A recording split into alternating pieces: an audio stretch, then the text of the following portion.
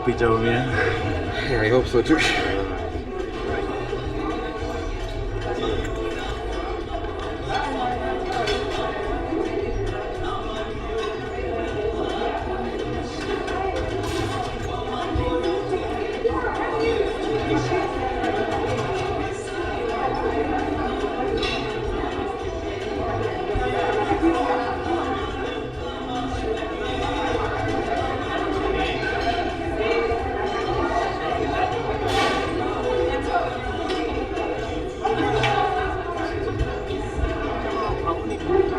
Unashangaa, hebu kuja ubaboli. Nikisha kutumia link.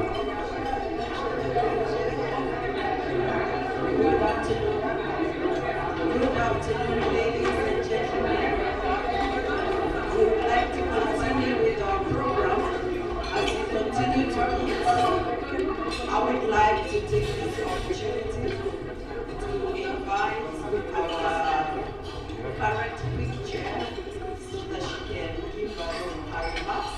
But please continue eating, food is in plenty, and don't forget to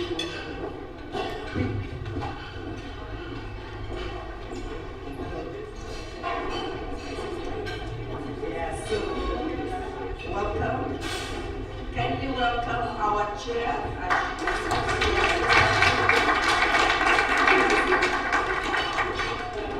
Good afternoon, everyone. How is everyone doing? But you can do two things. You don't know how to multitask.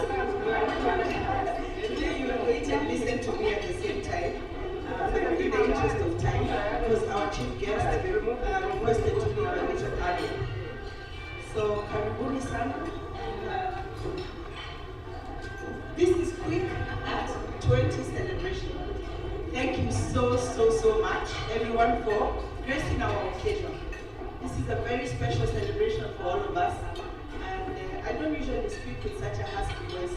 It just decided to misbehave today because. Yeah? So you will excuse me for that.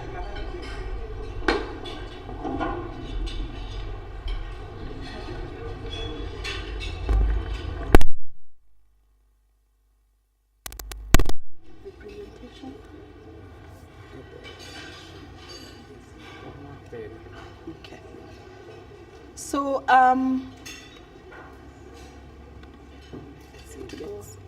have to go next. Oh, this, okay.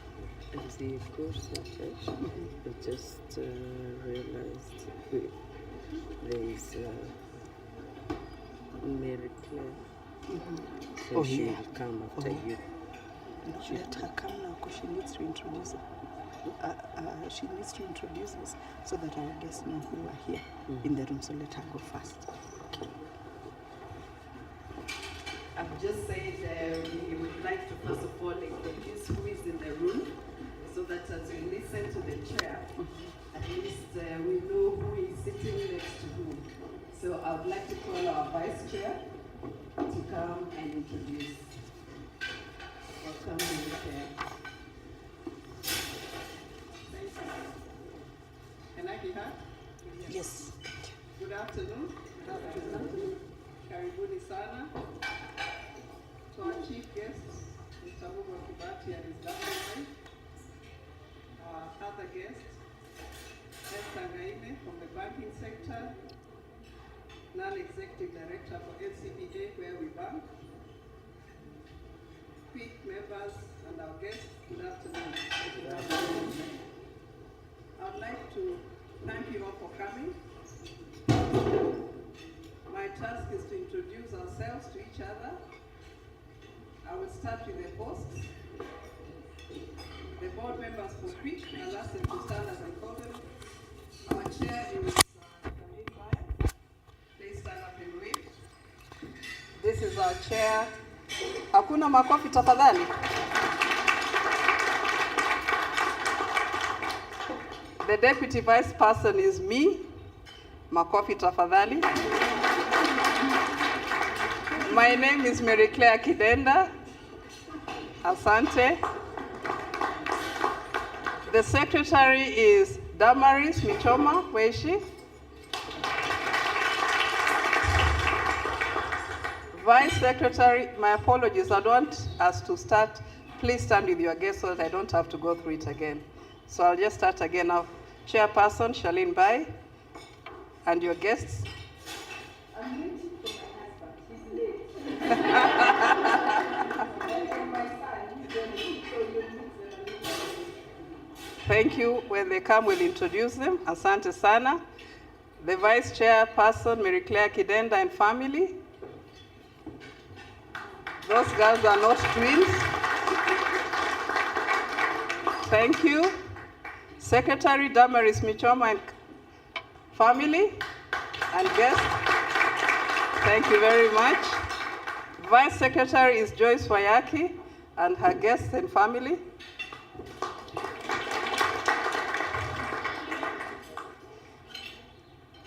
Teresa Mwangi is our treasurer, mtu wa pesa.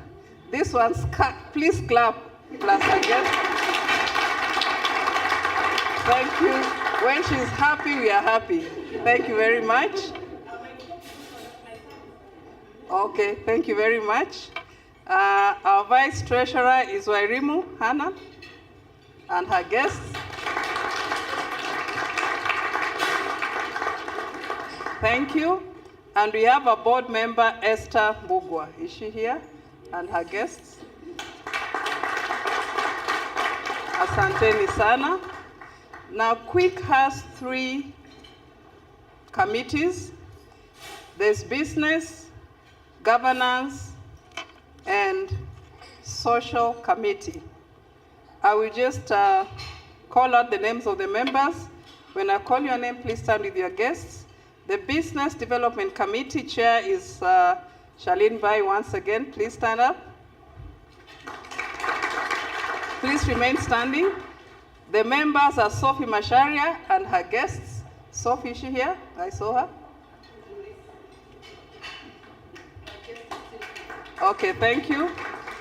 Anne Waithaka and her guests, please stand. Thank you very much. Kerubo Nyaribo and her guests, thank you. Esther Mbugwa and her guests. Selina Magoha, is she here and her guests? Thank you, good to see you. Mary Kundu and her guests. Thank you very much. And then Teresa Mwangi and her guests. Wairimo Hanan and her guests. Thank you. These are the people who advise us on money matters, the Business Development Committee. Asanteni sana. Those who keep us in check and balance, the Governance Committee, the chair is Damaris Michoma. If you stood before with your guests, then you don't have to stand with the guests. But if you stood without your guests, please stand with your guests. Damaris is the chair of the Governance Committee. Damaris, please stand. Thank you. There's still food, so just clap. Energy kirudi chini, you can go and serve some more. The members are Mary Njoroge. Is she here with her guests? She's on her way. Irene Mumo? Not yet. Annie Thorojo? Not yet. Mary Kibuga? Catherine Getao? Catherine is here. Thank you very much. Her guests? I know your guests. We're in school with her. And then Joyce Wayaki. Asante sana. Now the social committee, which I belong to, that is the group that made this possible for us today. The chair of the social committee is Mary Claire Kidenda. Thank you. Members of this committee, Wanjiku Njoroge, please stand up. And your guests, been running around like a headless chicken. Jane Kibwage, with her guest, Asante Sana. Anne Kamau. Not yet, apologies. Monica Aoko and her guests. Asanteni sana. Jacinta.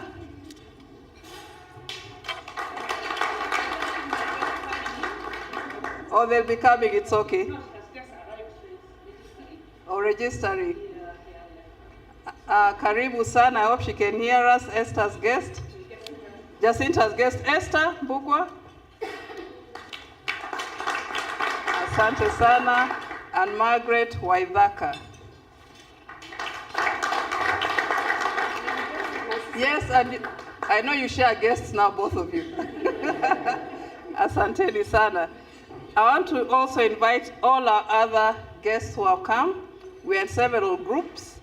We have our financial partners who have come to join us from NCBA Bank, KCB Bank, Old Mutual, CIC, APA, KWFT, Kwic. If they're here, please stand up. Our financial partners, if they have arrived. I'm sure they'll be coming. They had confirmed attendance, but let's just clap in absentia to welcome them.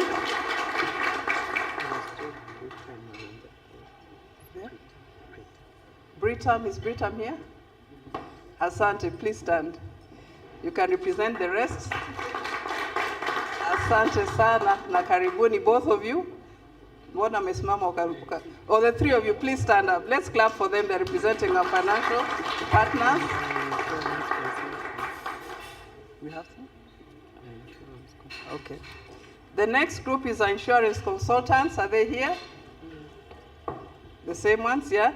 Then we have Kwic. Oh, thank you. You're looking nice and green, so I thought you were a member of Kwic. By extension. By extension, yeah. Asante, makofi kwake. Now, Kwic has some properties, so we have some tenants. If you have our landlords from Kingston, are they here? I'm sure they're on the way coming. And then we have Kwic agents and surveyors. Any of them who has already come?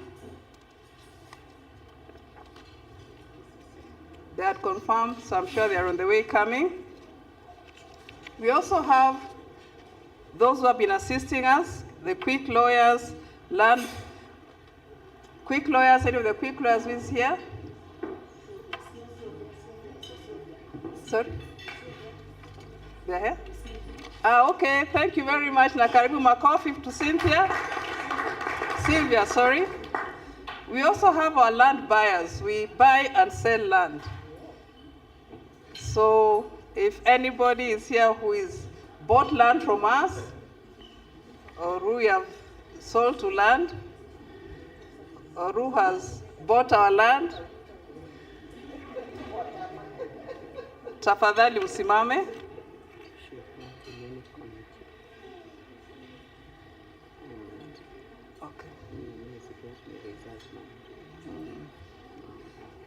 Okay, then just we have our service providers who are here with us. I have to say asanteni sana. And I would like to ask Beatrice, is she here? That is one of our members. Asante sana. And I saw Asante and your guest, tafadhali, makofi. We are yet to place in one of the subcommittees. And then we have, is there somebody I've left out? Any Kwic member? Yes. Our Kwic member. I can see him smiling. Please stand up.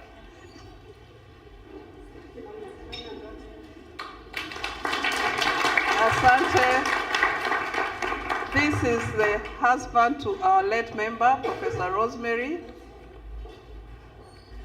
Did you come with part of the family? We are so happy to see you. Tafadhali makofi. Asanteni sana.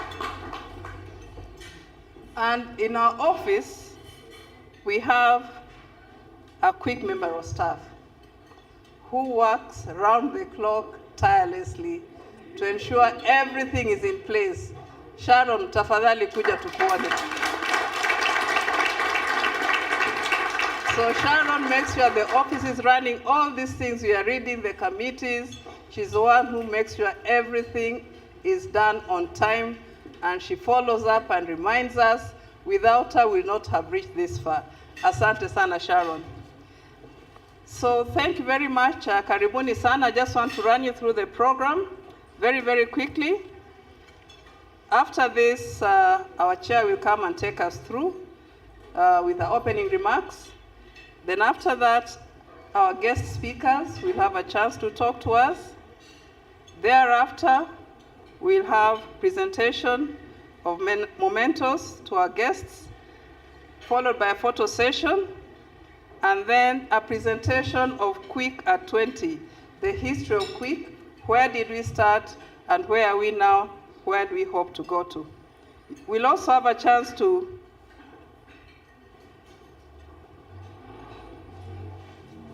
look at our investment opportunities and then launch our website as Kwic.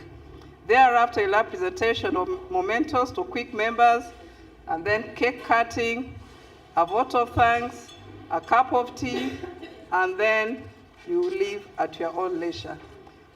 I would like to say karibuni sana. If there's anybody next to you and you don't know them, make sure you know their names, talk to them. If you don't, we'll shuffle you around. So please make friends. Thank you very much. I'd like to welcome our chair, Madam Charlene Bae. Makofi tafadhali.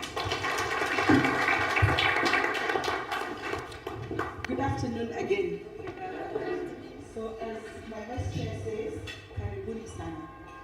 And I'd like to begin where everything starts. It usually starts with a vision, doesn't it? And I'd like to take this opportunity to recognize our vision bearer, or our vision bearers, even in absentia. I take this opportunity to call upon Kate Gitau and Rosemary Miner's family to kindly stand up. And please don't stop clapping.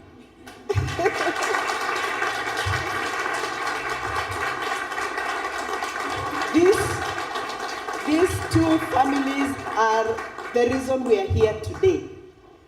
And maybe I would beg your indulgence. Kindly stand up. Let's observe a minute silence for the late Rosemary.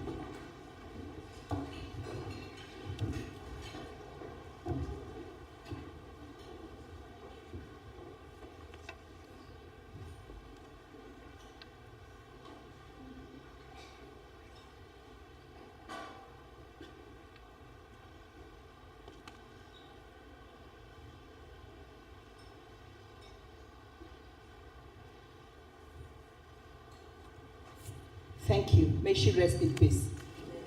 Asante sana.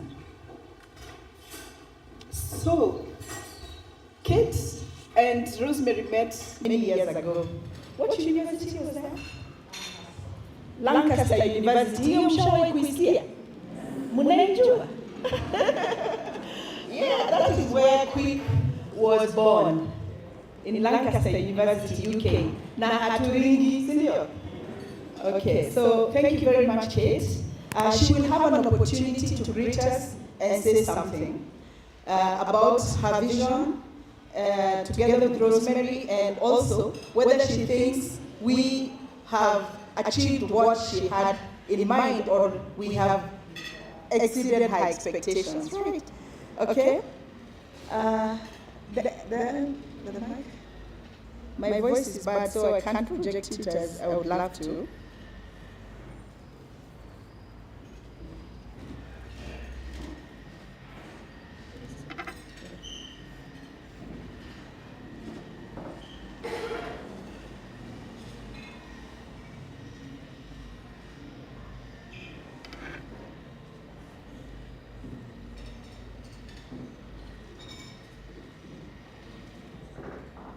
So Kwic was established in the year 2004 by the two ladies we just honored today, And it was established as an all-women investment company.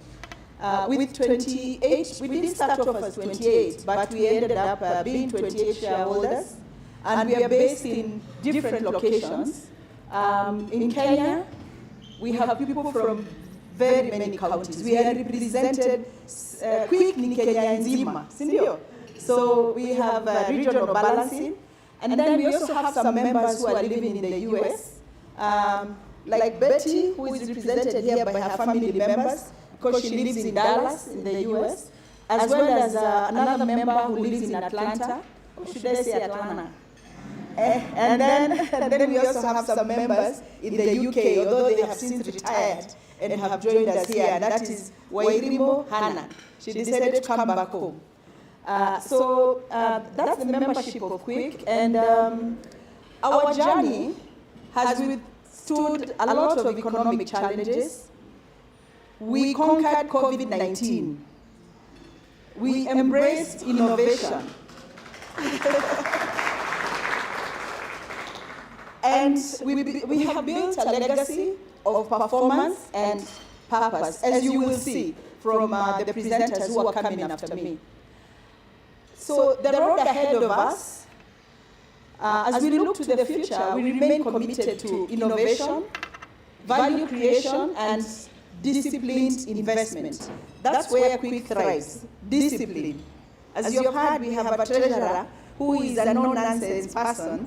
She's like Mugo Kibati and Governor Ndomo, the former CBK governor, combined. So you can imagine that combination.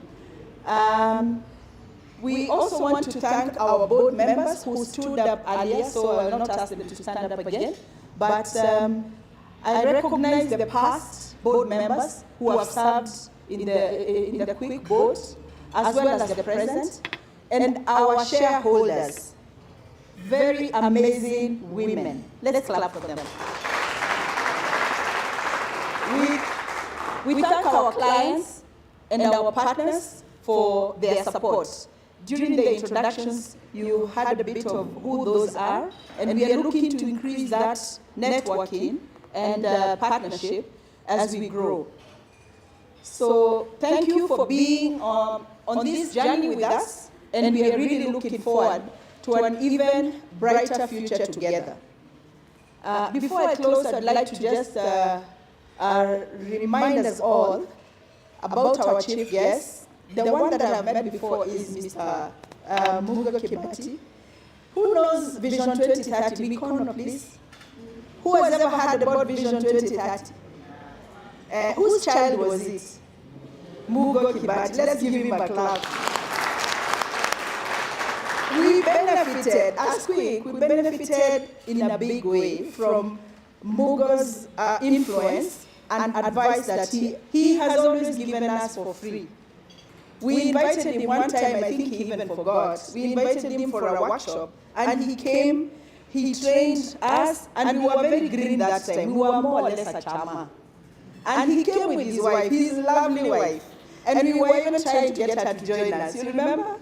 Yeah, so we've not given up. She's still on my radar. So, yeah, so Mugo made some very, very important contributions to Kwic, and that's why when we were celebrating this 20 years anniversary, I mean, he was our natural guest of honor, and we also wanted a woman of substance, and she's right here, Esther Gaine.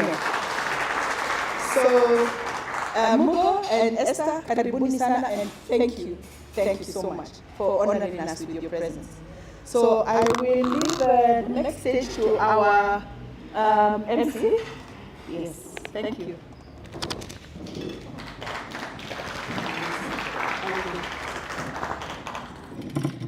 Is this working? I'll project. So thank you very much, everyone. I hope everybody has settled and has something to eat. Now we are going to hear from two very special people who have both inspired us in the past and will continue to inspire us. And I'm going to introduce them in the order that they will speak. I think we'll start with Esther. Is that okay first? Okay. So I'll introduce Esther Ngaine, who is over here. Esther Ngaine is a senior banker with more than 36 years of experience, and over the years has played a role in the development of the financial services sector in Kenya and in the East Africa region. She is currently managing director of her own consulting company, Amwere Investment and Management Company Limited, but in addition, she's a director of several companies, including being a non-executive director at NCBA. Esther previously served as a director and head of public sector at Citibank NA, based in Nairobi, until she left in 2014. Esther holds a BSc in International Business Administration, Finance Option, and that's from the USIU, United States International University, and in addition has numerous professional qualifications in investment and finance. So she's a key resource to women and also to the corporate sector on anything relating to money, investment, making money. Yeah. We look forward to benefiting from Esther's rich experience and financial investment knowledge. So I'd like to welcome Esther to address us. I'd like to invite Esther to address us, and then at the end, we'll have a few minutes for a couple of questions before then our next speaker takes over. So Esther, I'm giving you 15 minutes, is that okay? That's right, so over to Esther. Please let's welcome her.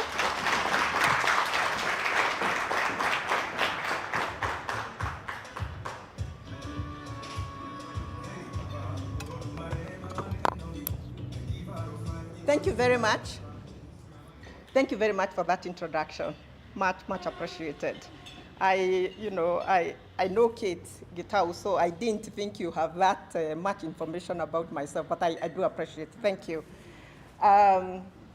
So first, Madam Charlene Bai, Chairperson, Mr. Mugo Kibati, of course, a well-known corporate giant in Kenya, and Madam Mrs. Kibati, the board members, the shareholders, the 28 of you. I heard Margaret say that they are still trying to interest Lila to be a member. I think another hand is up, so that you are around 9:30. So, distinguished guests, ladies and gentlemen, good afternoon. I am extremely delighted to be here this afternoon. Really to congratulate you on the journey for 20 years and just the tremendous achievements and milestones that you have made over the last 12 years. I'm here, I must accept, through the courtesy of Dr. Kate Gitau. We have shared spaces with Kate, BSF leaders, together over, 10, 15 years ago. And also, we are also members at Nairobi Baptist Church family. But yes, also good friends. So it is good to know, good friends like Kate. So Kate, again, thank you for just extending that invitation to me. I appreciate that very much. Oh, okay, so I can that's much better. I'm also glad that Kwic, this is Kenya Women Investment Company Banks with the NCBA, where I serve. So thank you for supporting us. I have received some feedback from your, is this one?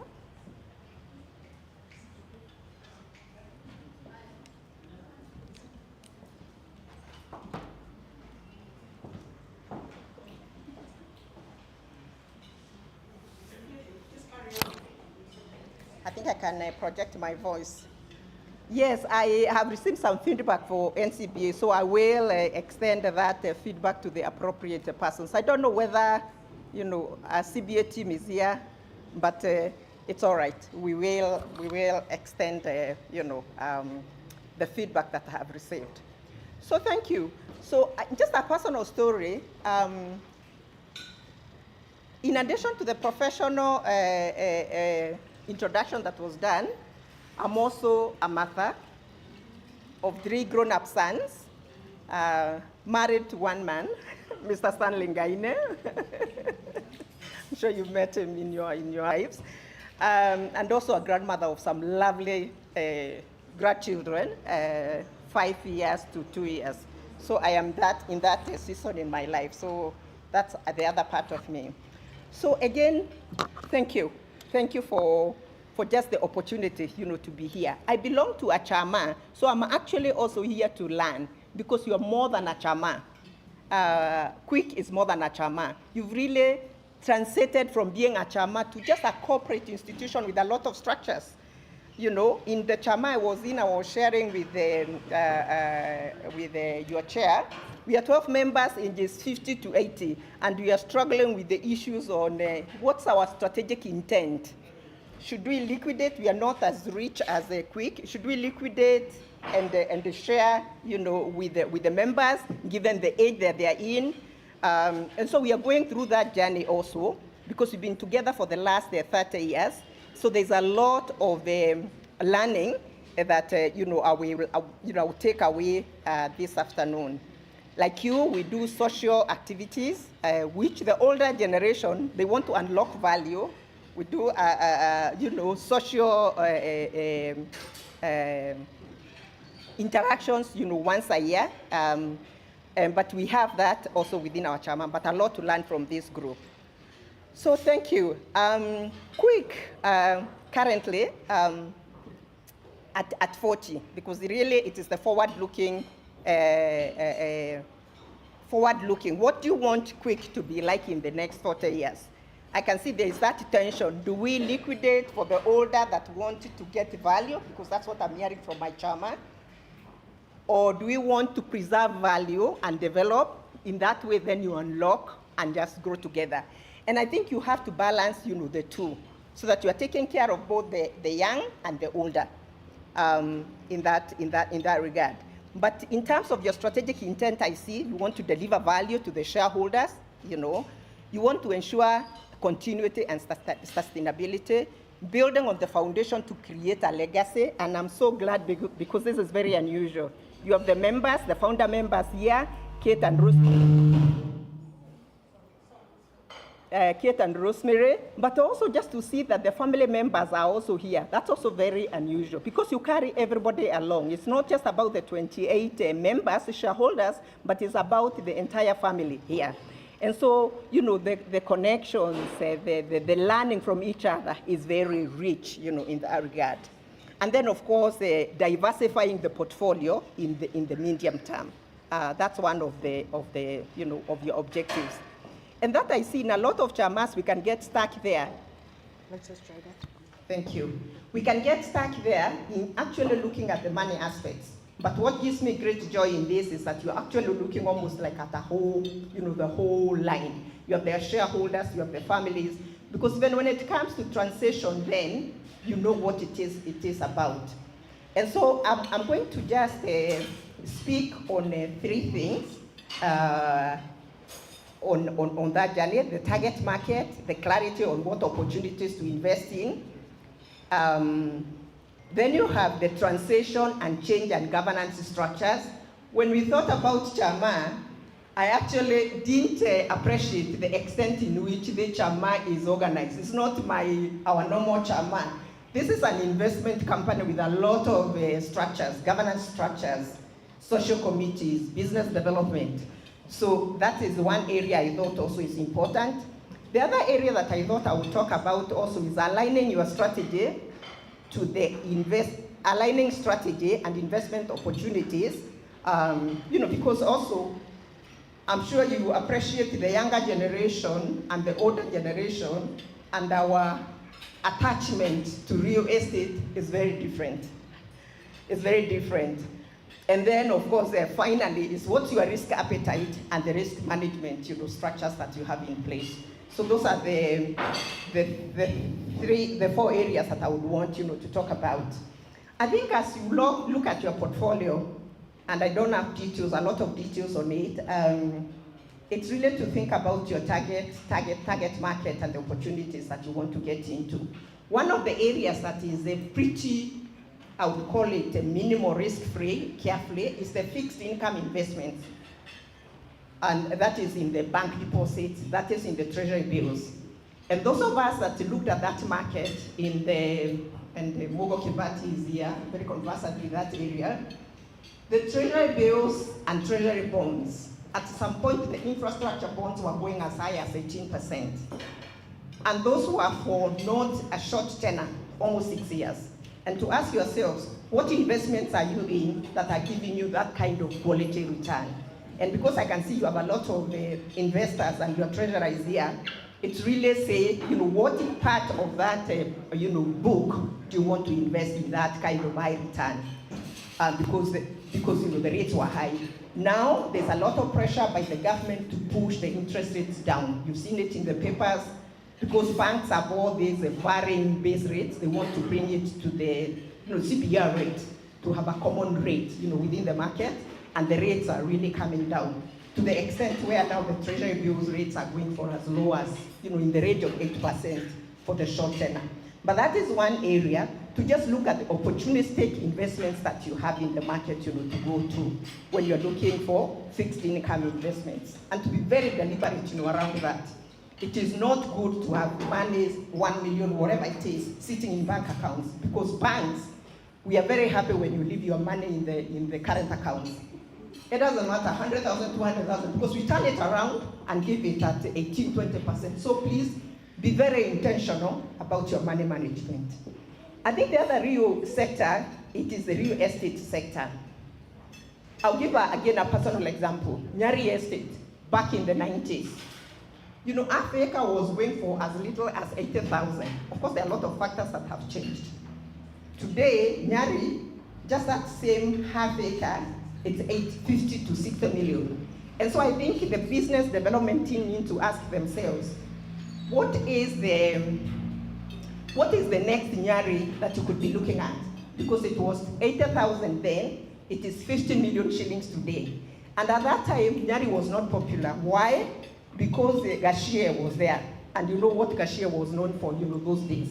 So nobody was interested in Nyari. So even the 80,000 you borrow, you invest, but those who did today, you can unlock it for 50 million. So the point I'm trying to make there is that you need to think, what is that next high value investment within Nairobi, within the counties, depending on your investment strategy. So that's an area that you have to look at. Of course, there are many factors, like I said, there's inflation, there's demand, there's the capital appreciation, but that's an area that the team needs to be looking at. I think the other area is the equity market. And you look, there are a lot of counters within the equity market. And I also saw that you're dealing with the NCBA Investment Bank. And I hope you're getting high value advice, in that regard, I hope, yeah? But there are 64 counters in Nairobi Stock Exchange. And some of the counters, they are active counters, and you can actually trade. You can get in and out. The banking sector is a good sector. The brewing sector, the breweries, the telecom, but you can actually look at what counters do you want to get into to diversify your portfolio. Of course, there again, my family is also in Sterling Investment Bank, which is also an investment bank that can advise on that line. But I'm very glad you're supporting an institution that I'm in. So that's an area too that you need to look at. Of course, there are a lot of changes that are there, rates that are coming, so that then you don't have to be, you can own a piece of a property without owning the entire property. So some of the things that are happening within the equity capital market, I would encourage your business and development team to have a look at. I think one area where I've seen very problematic in my journey in banking is the transition, change, and governance structures. And because you're at a point now, how are you organizing this company now? Is it families, you have your families here? Is it a combination of family and professional? But that is something that you need to look at very intently. Because some of the ENCs, the younger generation, the attachment to land is not like the older generation. They probably want to do trading, they want to be in equities, they want to be in foreign exchange. So their view around investment is very different. So even as you make that transition, we found a lot of conflict, particularly in the SMEs, in this, a lot of the customers that we're dealing with. Of course, there are some excellent examples, to look at, but that is an risk area that you need to look at. So the other thing I see on there is also good governance. Good governance, I'm saying good leadership, and management to drive that growth and execution. Change, technology, I think is key. And I'm looking at Dr. Kate Gitao here because in my previous life, I know also when we talked about ICT change, I actually reached out to Kate because I was saying, Kate, I think you need to come over in this financial institution and help us on ICT. So I think you're in very good hands. But change is critical and you need to change, and position yourself, correctly. I'll give you a practical real example. When Safaricom M-Pesa came into effect in 2008, some institution was approached to open that trust account that holds billions and billions of money. But actually they declined. Why? They said, know your customer, is this product an appropriate product? And they turned it down. And of course, years later, they're actually going after it. Because M-Pesa on payments and collections is a game changer. So I think you need to look, even as you think about staffing, your office, you need to think about technology change in terms of those areas that you want to be involved in on this whole transition and technology. The other one, of course, is aligning your strategy and investment opportunities. I have talked about that. And the last one here is the risk appetite and risk management. I think you need to look at your portfolio of, 150 million shillings, whatever it is. Look at that entire portfolio and see, is it working well for the company, for Kwic? Are you maximizing, and just take maximum advantage, on it. There are professionals out there that you can work with to maximize, on your portfolio, diversify your portfolio. But I think the important question is, what is the company's risk appetite? High risk, of course, high returns. Do you want to remain within Nairobi, within the counties? Do you want to follow the other investment companies in Congo, in some of these high risk areas? But I think that is a decision that you have to make. Financing, do you want to get into financing your capital and kind of leverage it and borrow? And actually this is also getting to be a good time. Why? Because the rates are coming down. And they're coming down very drastically. And the central bank and the government is also really pushing, the rates down from highs of 20 plus to where we are now with base rates, or some of the banks are giving 13%. So it's something that you have to look at as you do your investments. How do we, leverage this capital you have, because capital is expensive. And then diversify your portfolio, different sectors and different markets. So, my just last statements is to say what has driven, what are some of the things that have driven good institutions to weather the change, and the storms. And I think a key thing I would say is a good forward-looking leadership. Whether it is SMEs, big companies, countries, it is critical. Good forward-looking and selfless, I would say, leadership, where we are. And then, of course, adaptation to change and technology. And the classic example that I give is M-Pesa on payments and collections, giving the financial sector a real hard time. And because we realize we can't beat them, so now what we do is we partner with Safaricom. And it's billions and billions of shillings that is being moved, in that sector. So adaptation to change and technology. And then also to ask, what are some of the issues and challenges that has forced some of the companies that have been doing very well to come under? And again, I don't want to be quoted, but you look at the real estate, the retail sector. There are some companies that have come down that you never expected, to come down. And when you look in there, many times it's conflict and misalignment of values. And so you have to pay attention to that. You could have all the other pillars going well, but when you have conflict and misalignment of values, in no time, you realize you're not able to move, you're pulling each other down. And then, of course, poor customer service, and customer service, I'm saying all stakeholders. And I'm very impressed here because you're not just looking at the returns, you're looking at your stakeholders in a wholesome way. Your shareholders, your family members, the partners within the financial sector, the whole lot of your stakeholders. So very impressed. And again, for me, even as I close, is to wish Kenya Women Investment Company well in the next 20 years and look forward to being invited when we celebrate 40 years. Those of us in the 60 years, I think, will be 100 years at that time. But wish you well and God bless you. Happy to take some questions.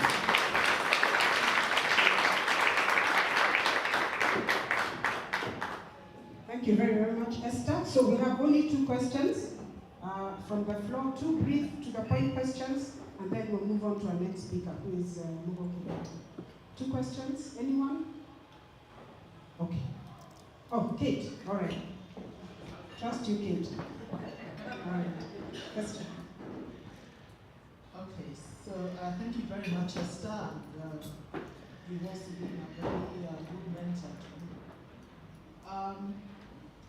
Looking at the world now, especially, let me jump to the United States, because I don't see anyone here who is challenging.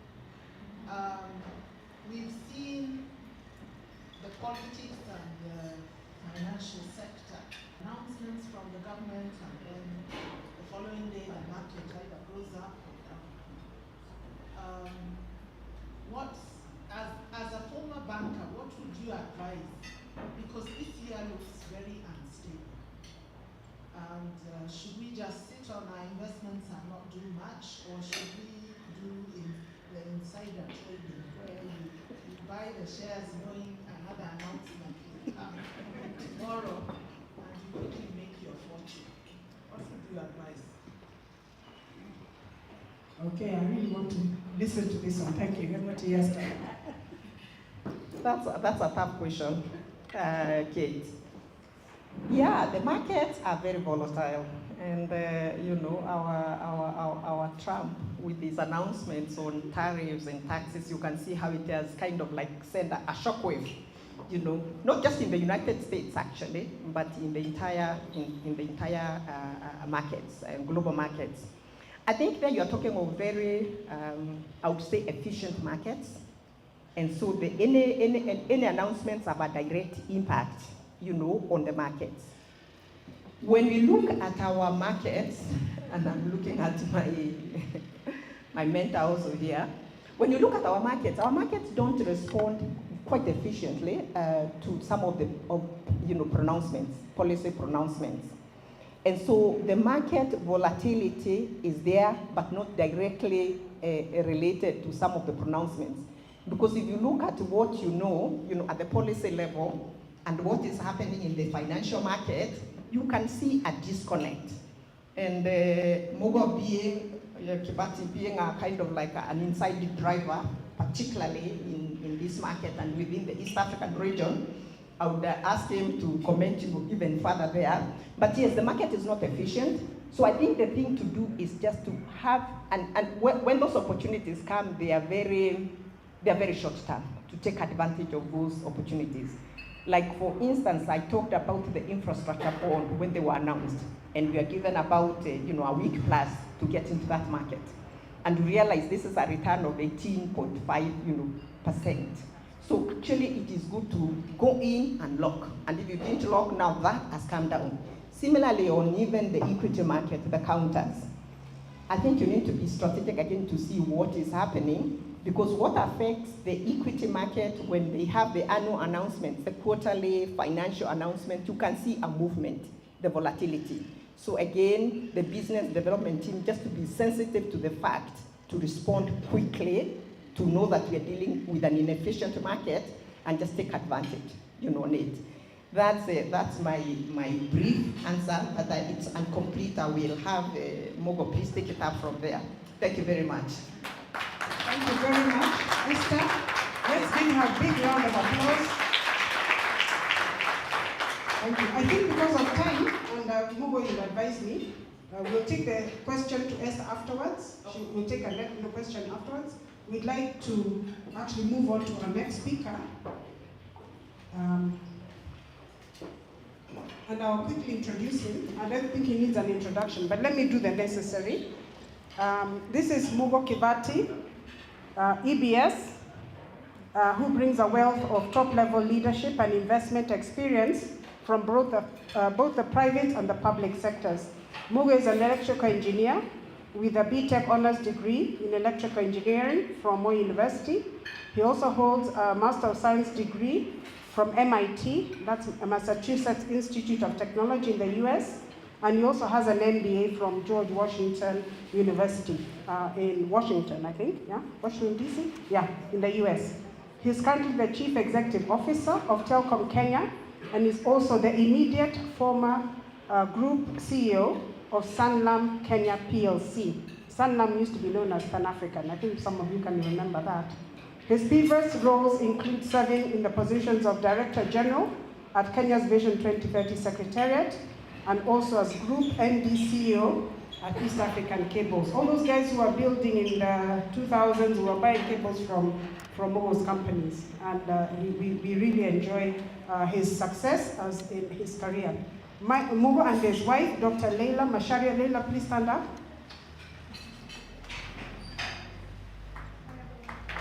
Thank you.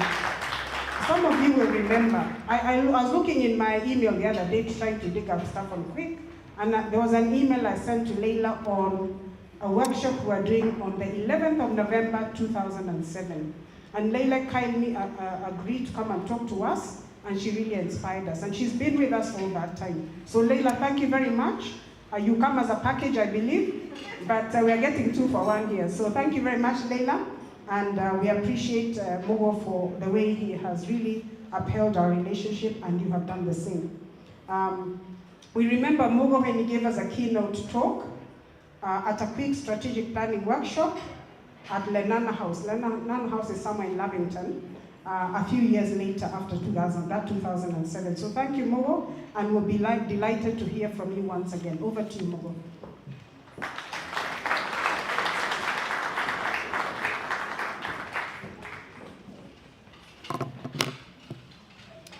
Thank you very much. Chair, Madam Chair, Charlene, and I thought he just walked in and he disappeared again. My elusive senior, Wanambai. I was telling the chair that I know her very well, but vicariously through her husband, because we have a common watering hole, as they say, and we hail from we have the same pedigree. In a high school, and he was my senior, actually quite my senior. Board members, Esther, Kate, who were in government at some point in time with Kate. In fact, I think Kate and our paths have run across a couple of times. Exactly. We've been grilled in the same committees in Parliament a couple of times. And she was in e-government, I think, when I was in Vision 2030, and then she was at ICTA when I just joined Telkom. Thank you for introducing Dr. Leila Macharia.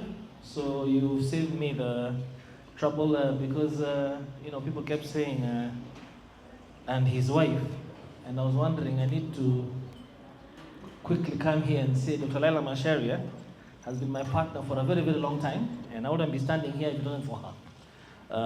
So thank you for accompanying me. You come as a package, as they say. And to all distinguished guests of Kwic, first of all, let me say to Kwic, congratulations on your 20th anniversary. You have come a really long way, and very impressive. You're not the same group of women that I spoke to, I guess, some 10 odd years ago, roughly 10, 11 odd years ago. It was 15 years ago. So you look like you look then. But you're much wiser, clearly. Much wiser, much more experienced. And I want to say that I would be hard pressed to think of 2 or 3 other investment groups that have done anywhere nearly as well as you've done in this country and in this region.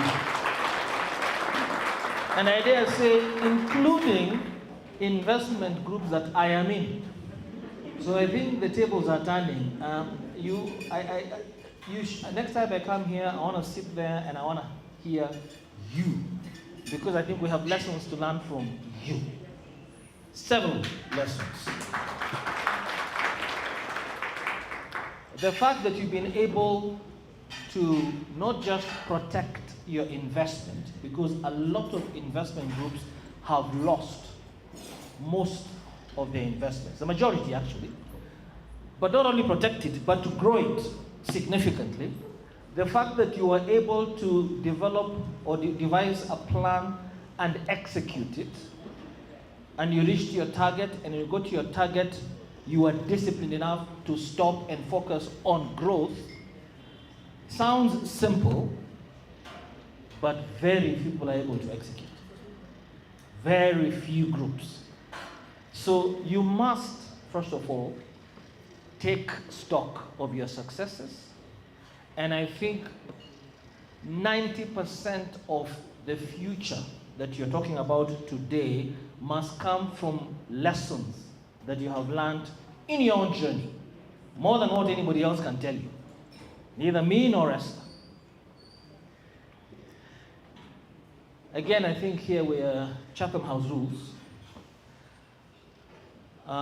Because last time when I spoke here, I think one of the motivations for inviting me then, and I do think it was 15 years ago, because I think I was CEO of East African Cables at that time. It was before Vision 2030. And I think your motivation was because East African Cables was the key investment that Transcentury had.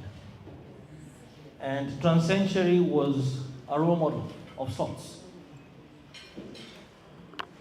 But, just sitting here today, watching this whole setup, looking at the pictures, listening to the introductions of people and their families, including some who have departed and their families are here, I can tell you that would be a highly unlikely scenario with Transcentury. Highly unlikely. And you should not, that is something also you should acknowledge, that you're still together, and it appears to me that you're still first and foremost friends, and that your values have remained consistent and shared. That is a huge strength and asset, an intangible asset. You can't put $1 or a shilling value to it. But as you go into the future,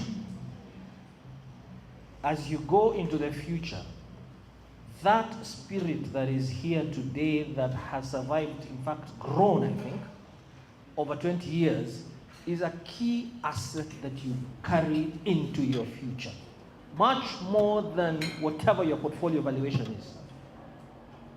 I've watched big entities that had billions of shillings in valuation destroy 70% of billions of shillings of value because they didn't have that particular asset, intangible asset. So, again, congratulations on that. We have a lot to learn from Kwic. Over the last 20 years, or 15 years, should I say, at a macro level, a lot has happened. And I think the challenge is to ride the storm, so to speak. Make hay while the sun is shining, and when you have a downtown, you're strong enough and prepared to ride through the downtown, because macroeconomics goes like this, up and down, up and down. People ask me, what's happened to Kenya over the last 15 years? Where is Vision 2030? The thing is that today in Kenya, regardless of what we think about a Kibaki presidency, an Uhuru presidency, a Ruto presidency, and wherever we're going to the future, the fact is that today, in April of 2025, we have a much larger middle class than we had 15 years ago. The population is wealthier. We have more apartment complexes, more office blocks, more restaurants. And that is why a long-term horizon when it comes to an investment group such as Kwic is a strength and has to be the focus. Yes, you must pay attention, and as you grow and as you become more sophisticated, which I can see you're becoming, you must pay attention to day-to-day movements, microeconomic movements, I'd like to refer to them, changes in policy, changes in leadership, pronouncements as the question that was asked. But at the end of the day, one of the reasons you came together is because you wanted to have a long-term view, and it's easier to have that long-term view when you have a cohesive group that has shared values as Kwic does. And so that is important. One of the lessons that must be learned from the last 15 years. So, going into the future, the first thing I want to say, and I want to re-emphasize this, if it ain't broke, don't fix it. So let me say, before I say anything else, 80 to 90% of how you're going to conduct yourself in the future is within what you've already been doing because you've been very successful. And if you lose sight of that, shame on you. Let me repeat. Very few investment groups, and as I said, including some of which I've been a member, have been able to accomplish what you have. And so that's number one. Keep the sensibilities, the values, the friendships, okay, that you have had for those 20 years, and take that into the next 20 years as the main thing you do. In terms of specifics, I think I couldn't do any better than the expert herself, Esther. Financial expert herself, Esther, has told you about what class of investments you should focus on. I think I will just reiterate what she has told you. I think at this stage, when it's an inflection point, at this stage, one of the things that you perhaps must consider as shareholders, and as I said earlier on, and I'm not veering off that point, that you haven't changed a bit. In 20 years, you're still as sprightly as you are. But that said,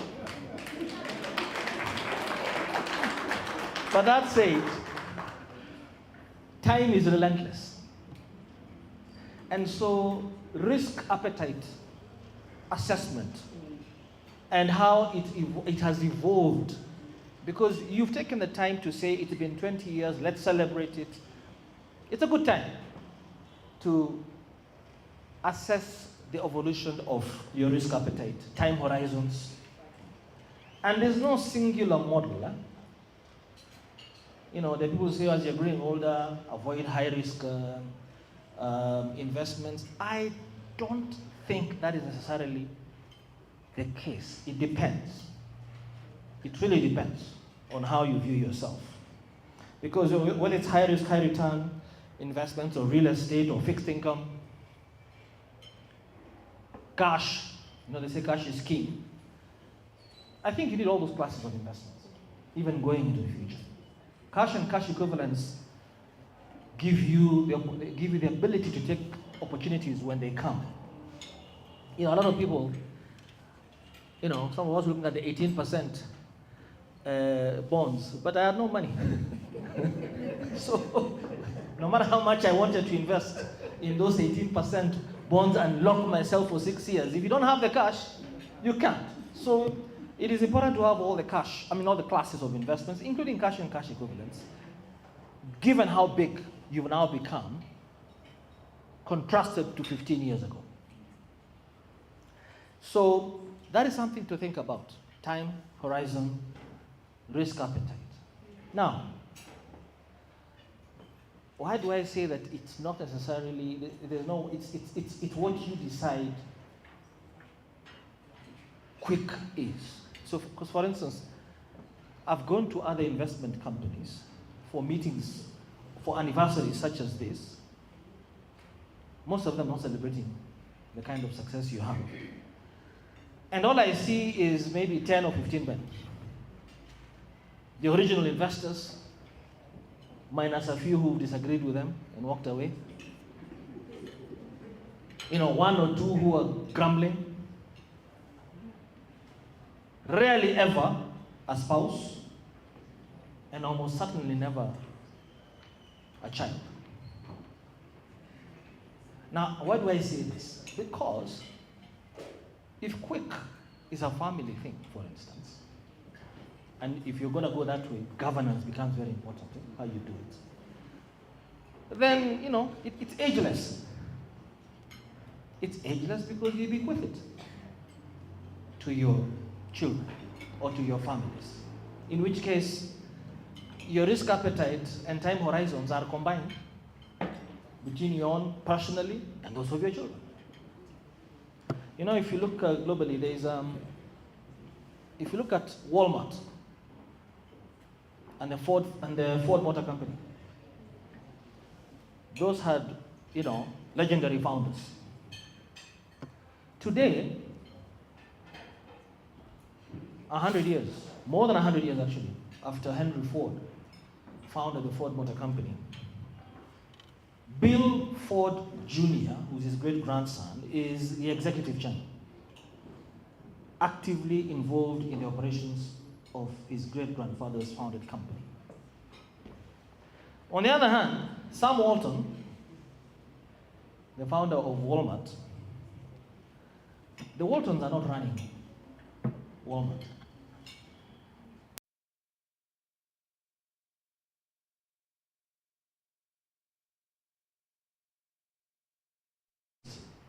List, there were 3 sisters who are always on that list, who are Sam Walton's daughters, 3 daughters. Now they're over 100, so they begin to pass away. But they were never involved in the running of Walmart. So models differ. And it's up to you to make a determination as you move into the future. What are our values and what makes us happy? What releases endorphins for us? Because, as I say, many of you have come with your families here or friends. And that says something.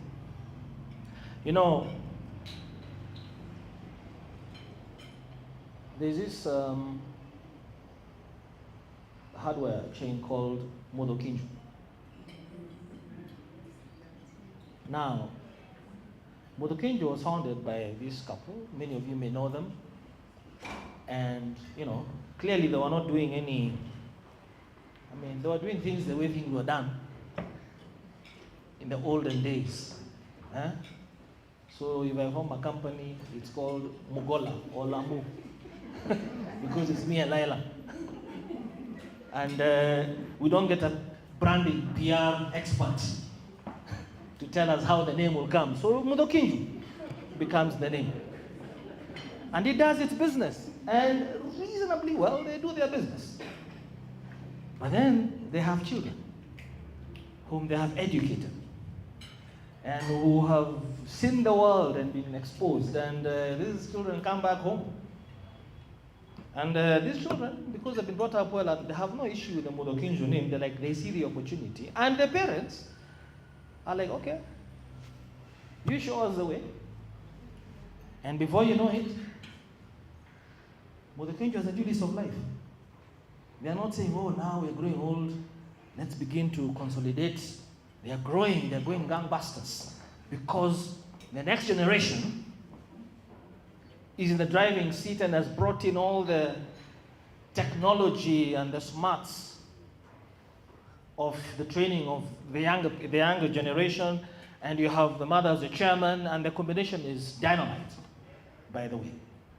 So all I'm saying is, as you look into the future, number one, the last 20 years, what you have done, that will be where the biggest source of your insights will come from. And for the rest, of course, now the environmental, your own values, and what you chart out as a future. And because you have proved to yourself that you're able to have a plan and be disciplined enough to execute it, if your 20-year plan is to keep growing from strength to strength and incorporate the next generation, but now, as I said, governance is critical, because that is where you can begin to collapse. Because if you recall, when you spoke 15 years ago, I think the chairman or somebody just reminded me of the conversation we had about shareholding and equity. I don't know how many of you remember that conversation. That this is not an association. It is a company. And you don't have to have, you have horses and donkeys, and they are all important, by the way, in any group. All of them. The horse gallops very quickly and the donkey carries big burden. You need them both. But you cannot say all of us must be donkeys or all of us must be horses. You're going nowhere that way. And that is why shareholding structures have been created and they work well. Governance. And that shareholding structure and the fact that you've had governance over the years allows you to now take that forward to the next generation if that's the way you're going to go. So if I own my 5%, my family owns 5%. Nothing more, nothing less. And the voice of Mugo doesn't change because the voice, is being bequeathed to his son. So as long as you follow governance, it can work. There have been areas where governance has been flouted. One company, which I will not mention, but I've mentioned it already, so you know what I'm talking to, had a chairman, a vice chairman, and a CEO, father and son. It didn't end well. So it's important to take those lessons. And the reason it didn't end well isn't because it is wrong. You could still have a vice chairman or a chairman and a CEO being related if the way they have come to those positions is properly governance, right? And the systems accepted by everybody objectively have been applied, right? Even though it's ill-advised. So, I want to conclude, the question, since my senior here said I should comment on the question, but the question was for you, not for me. And I think you answered it quite well in that we don't have efficient markets or frankly efficient systems in Kenya. There's a lot of asymmetry of information in this country and a lot of opaqueness in the way things are done. And so a pronouncement here, people don't even think about it that much as it happens in more in the Western markets, which are much more efficient. But I do think that we are at an inflection point globally. And perhaps asking, because I think now this inflection point of 20 years, the other thing you need to do is to think about upgrading to moving to the next level now, the big boys club. And if in the big boys club, what Trump says matters. What's happening in DRC matters. An EAC Heads of State Summit and its conclusions matter. But you have to make the decision that you're now going to move into that league. Big Girls Club. I'm being corrected. But let's put it this way. Get the Big Girls Club to debunk the Big Boys Club mentality. So, I think that it's an inflection point because I think America is changing. And the world is changing a lot. In some respects, irreversibly. In some respects, we shall go back to default settings post-Trump, but there are certain changes that are irreversible. And, you know, the aid relationship between the West and the South, the North and the South, has been reset. I think that there'll be less aid coming our way even after Trump goes, and I think it's a good thing, because I think it forces us to look inward and think deeply about whether we're getting a good deal. What are we giving up for these pennies we're getting? And when I say what are we giving up, is we have Westerners coming into our markets, investing in our markets, exploring in our lands, and giving us little pennies. And I think this forces us to think through. You know, the Magufuli moment that Tanzania had 10 years ago, when he completely rejected the mining sector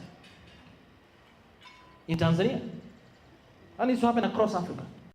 And business leaders are the ones who have to drive that and take advantage of that. Kwic needs to go to the DRC. A few years ago, James Mwangi and Equity Bank took a bunch of business people to DRC, and post that visit, many Kenyans are doing quite well in DRC. Is that something Big Gulf Club Kwic can contemplate? Because I can assure you, and I'm answering the question that you asked Esther from a business perspective as opposed to a policy perspective. You know, sometimes we Africans, we are such policy wonks. And we thrive being as policy wonks and academics, and then other people, they're making the money. Because others are thinking business-wise, not policy-wise. So when you think about East African community, DRC, Somalia, Ethiopia, are you thinking as a business group? Because now is the time to start thinking about those markets, because they are coming, and you can decide to do it as Kwic, African, or even in partnership with some of those Western. I don't believe also in the whole us versus them either. There are resources, strengths, and skill sets we don't yet have. After all, the machinery that is used to mine minerals in DRC, it's not made in Africa. And it will be some years before it is made in Africa. So we're going to say, I won't cooperate with the Europeans and Americans. You need them for their equipment. But we should be in the game with them. Right? And as I said, it's actually happening. Kenyans are already doing it.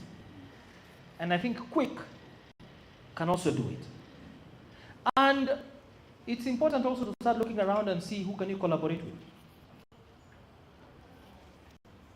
I mentioned a couple of investment groups. I mean, there was an investment group that was not successful. But that investment group that was not successful took stock at some point in time and said, look, we can't keep digging a hole.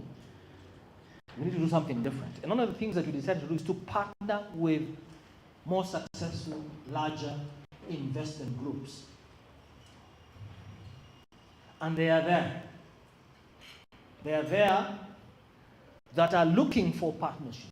They are larger investment groups who could have assets of a couple of billion or $1 billion, but may not have the networks that you have, the alignment of values that you have, that may want to partner with you. Because going to the next level requires pooling of resources and pooling of risk, sharing of risk. So that is something I think you should all contemplate. Finally, as we're speaking about the next generation, AI is something we should be thinking about. And let me just say this, nobody really understands it. So can we start there? Don't start this thing of like, oh, you know, Kate, you're the only person who understands this world.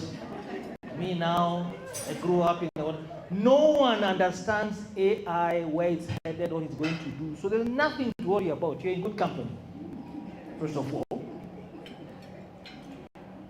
You know, I just came this morning, actually directly as I was coming here from a meeting with my nephew, one of my nephews who's very big in this AI sector, and I was challenging him what he's trying to show me, what he's doing.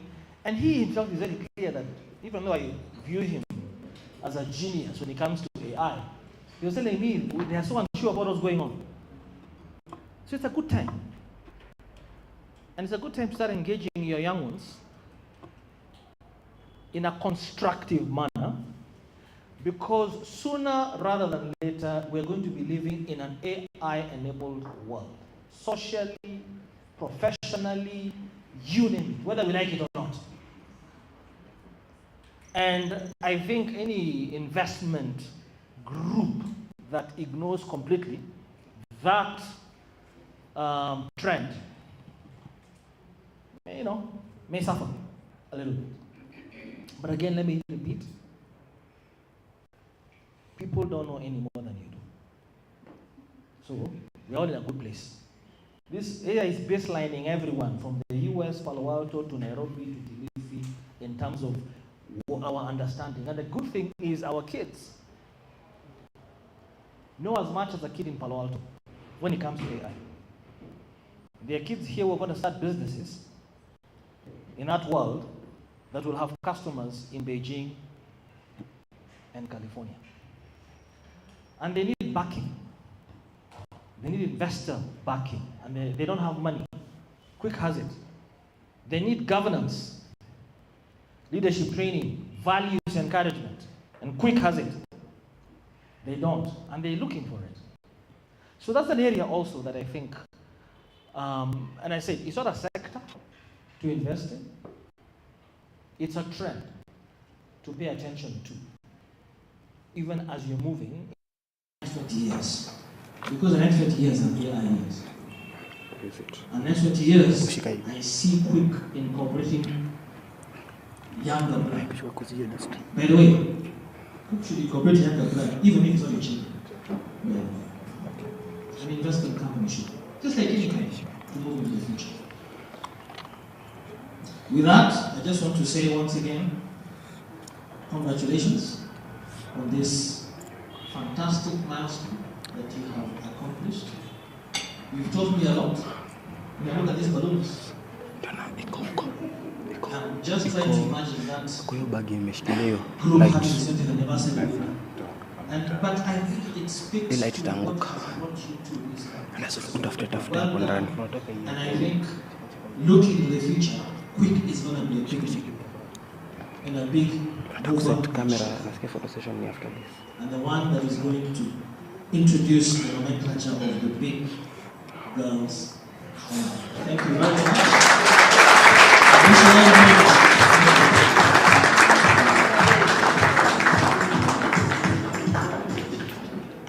Thank you so much, Mugo. Wasn't that a beautiful presentation by both our speakers? So we have time for one question. So the first person with their hand up will get it. Not Kate this time, somebody else. Direct a question to Mugo Kivati. Anyone? Yes, the gentleman from Britain, please. And as we're doing that, I would request the team, the technical team, please just make arrangements to remove this lectern from here as we're responding to that question, because we're going to do a photo session. Thank you. Good afternoon. Mine is a very simple question to Mr. Mugo Kivati. I'm one of the people that you mentored. I had the privilege to work in the leadership at Sanlam in 2017. I remember this day that I came to your office, and your door was always open, and I looked up to you, just by the virtue of me sharing the word with you. So I just have a simple question for you. What is success to you?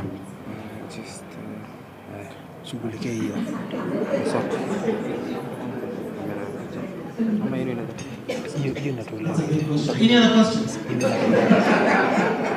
Andre, any other? You can just take a couple perhaps at the same time.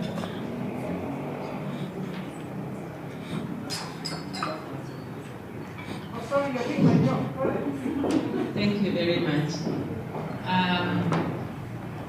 can see right now, I don't know if I have the wrong impression, but the real estate market is depressed. What do you think are the factors that are leading to this depression? Because quite a big large of, a big amount of our investment is in real estate. And when we are dealing with a depressed market, what would be your advice? First, what is the cause of the depression? And then what is your advice on to us about how we should proceed? Thank you.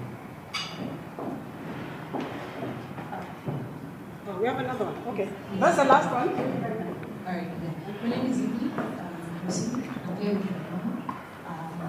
My question to you would be, and thank you very much for Vision 2040. I think it has given Kenya an opportunity to experience successes in very many areas. So strategically speaking, it's now 5 years to 2040. And this is not like piped water in every house by the year 2000, because we ticked off a lot of things. Do you see yourself refreshing that strategy before we turn over to the end of that period? And are there things perhaps you can give tips on for that upcoming strategy? Because I think we need it as a country. Thank you. Okay, we'll stop there. Over to you. Thank you. I'll take those questions in no particular order.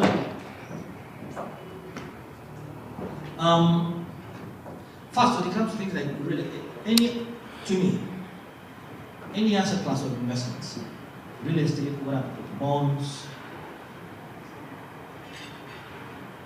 you should have a long-term view of investment, because, especially not just real estate, even equities, stock market, they get overheated over time, and they correct.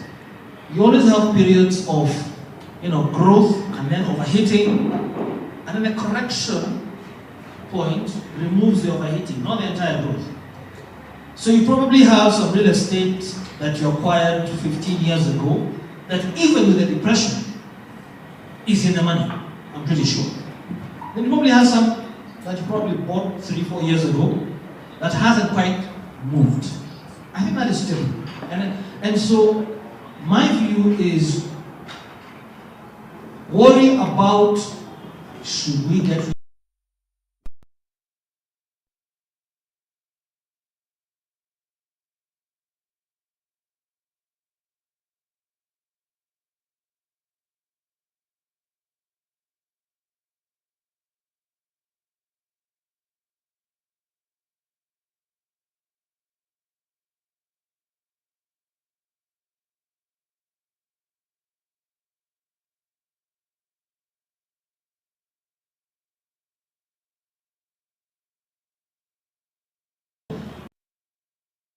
something else for you now.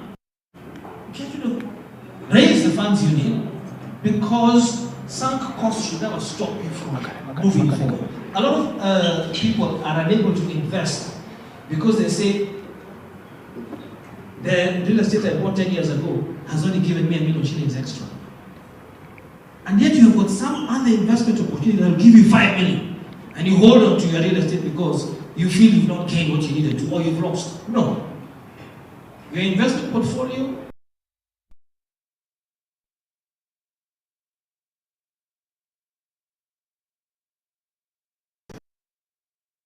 but overheating of real estate valuations and equity stocks is a phenomenon that happens the world over. The world over. Sometimes it's bad policy. Sometimes it's not. If you look at the US global financial crisis, in 2007, people thought Alan Greenspan was the smartest man in the world. In 2009, they were condemning him. It's not that his fault, really. It's the way the world works in those past bulls and bust cycles. But a long-term horizon, diversified investment portfolio, never invest in one particular asset class. That's why you have that. Now, the Vision 2030 question. It had to come. I actually left over 11 years ago. I have been like you sitting out here watching from the outside for 11 years. Because I was really working under the Kwic government. And it was really his vision that I was charged with executing and publicizing and organizing. And once he left, I did not stay that much longer because the whole context matters. Success, context matters. My context worked very well with the person who gave me that job. Right? Not to say that Vision 2030 did not progress. It did and continues. As we speak today, we're in the 4th medium-term plan of Vision 2030. Because every administration has got different priorities, different skill sets. Right? And the thing is that Vision 2030, which you correctly say will be, to 2030 is 4.5 years away, has achieved quite a bit. But just like the real estate and equities, even long-term development plans have got booms and busts and overcorrection. We've got periods when we move 5 steps ahead, then we move 2 steps backwards, then 3 steps forward. By the way, who's done that math? Very quickly. No, 5 steps forward, 3 steps backwards, 1 step ahead. We're 3 steps ahead, right? As I said earlier on, whether it is Kibaki, Ruto, what have you, today in 2025, people are actually wealthy. Even though they feel, if you read a survey today, people say they feel poor. It's a sentiment, it's a human thing, by the way. Once you have something, once I have this suit, I cash it in. I forget the time I didn't have this suit. That's what happened. It's a human psyche. They actually think they're poorer today than they were in 2010. They are not. We are not. In reality. Because you may be in a 2 steps backwards cycle and it's so powerful and present in your head that you forget, oh, but I did 10 steps over the last 4 years. So even if I lose 2, I've gone to 8. The problem is that you're measuring 8 against 10. Long-term horizon. So Vision 2030, just to be specific to your question, I used to be asked, what happens when Kibaki goes, there will be new presidents, they will say, and we went to Parliament in 2012, and we had session paper number 10 of 2012 on Vision 2030, which established Vision 2030 as a national development plan, and that is why to this day, every president who has come has been on it. Of course, with different ways of implementing, and that can be another session. My views about the implementation of the different styles. But the thing is, from infrastructure, you just seen the headlines today. We're going to get SGR 2B and 2C done, hopefully, and Mount Summit to Ronnie. And by the way, now that we're on that, one of the things that I thought the administration's post Kibaki on Vision 2030 is not keeping the publicity and the public educated or informed about ongoing or upcoming infrastructure projects so that private sector can participate fully. That's one. But so what you do when you see the president trip to China, for instance, and he's talking about SGR, Mount Summit to Ronnie, you have to ask yourselves as quick. If Mount Summit to Ronnie will be built over the next 4 or 5 years, what does that mean for real estate between here and Nakuru? Yes. And what should I be doing? And if I have that real estate, if it is somewhere in that corridor and now it's gone down, should you be worried? No. And if it is somewhere else and it's gone down and you're going to put it to invest where that corridor is, would you stick to this one and not sell it and buy this other one? But that is something for investment committee to consider. There is also the expressway to Mombasa being contemplated. What does that mean? You know? So, I know this project is still going on under Vision 2030. The social projects, even the messy ones, Shah Chief. At the end of the day, if you sort of ignore the messiness, universal health care is what we as a nation are looking for. So it can be messy, and I think it's unfortunate when it is messy or there's corruption, but the goal of being taxed so that we can have universal health care is on its way to being achieved. Right? So, on affordable housing, education, competence-based curriculum. It may be messy, but it was implemented. And it will be correct, it will correct itself over time because we have that some of us grew up with. We used to cram. We used to cram answers. No, they did that to me. Me, I didn't do that. Because in the world of AI and the futuristic world we are going into, critical thinking skills will be absolutely necessary. So in a messy manner, we are achieving Vision 2030. Not where I would have wanted us to be, I would have expected us to be, far from it. And finally, to your question about the future, there is thinking about a replacement or a successor to Vision 2030. A debate between 2050 and 2063. Africa has got Vision 2063, the AU. And Kenya will be 100 in 2063. So there's a team thinking about Kenya at 100. Then there's a different thought that maybe that is too far. We should talk about 2050, maybe phase 1, 2050. So that is going on. And you should participate in these conversations. I think Kwic has grown to start influencing policy. Finally, what is success? Success, you have to define it for yourself. Absolutely. For me, success is a wholesome, holistic life.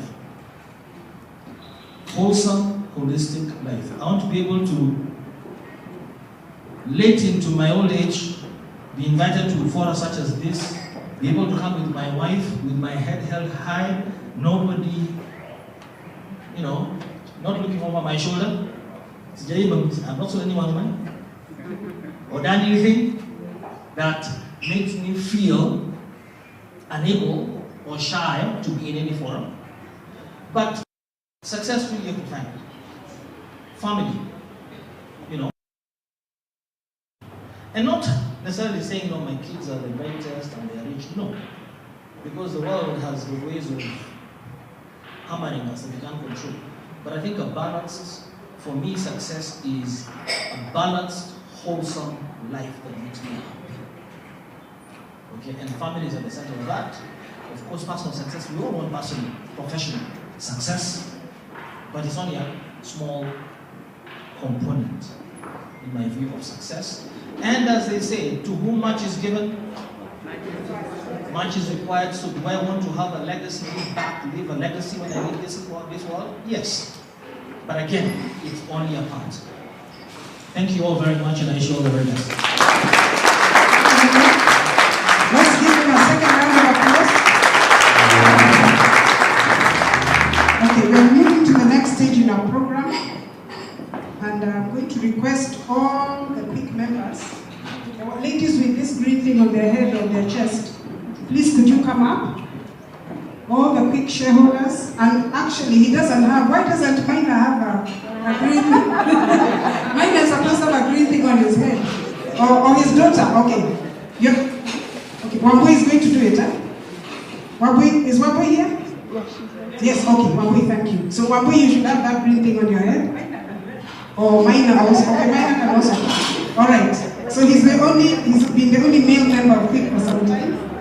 So we're actually going to take a picture and then we'll present our two guests and also Dr. Leila Macharia with a small memento so that they remember us. They'll put it on their little cabinet in their home and then we meet again in 20 years. Okay? And I hope we look the same, right? Yeah, thank you. So I'd like to ask Mogo, I keep calling Mogo, please, with Dr. Macharia, come and join us. And also Esther Gaine, our chair, and our vice chair. In that order. So just take your seats. We'll take a picture, Kate. Maybe in the middle. Lena over here. Mary Claire over here. Yes, like that. Tujipange, please. And paparazzi, please be ready. Paparazzi. Paparazzi, where are you? Okay, he's here.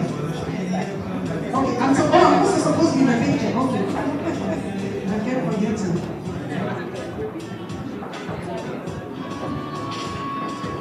Okay, Sophie. Monica.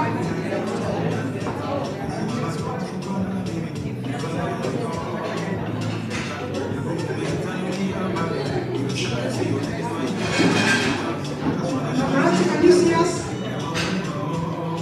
Tell us when you're ready.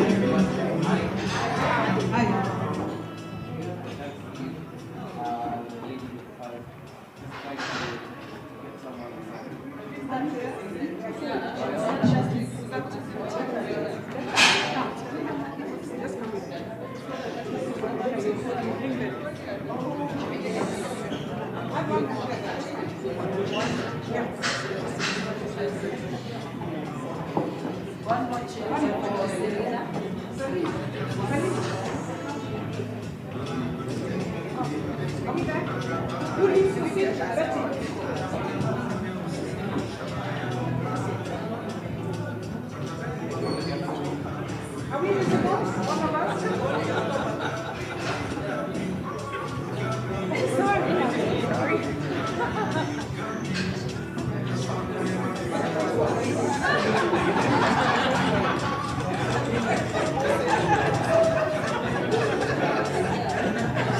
Are we ready? Mr. Photographer, are you ready? Okay. The official one will start with him. Okay. Are you ready? Please let us know. Please let us know.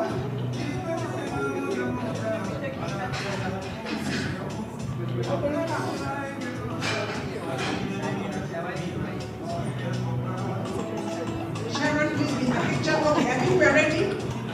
All right, over to you, photographers. Hey, don't take it.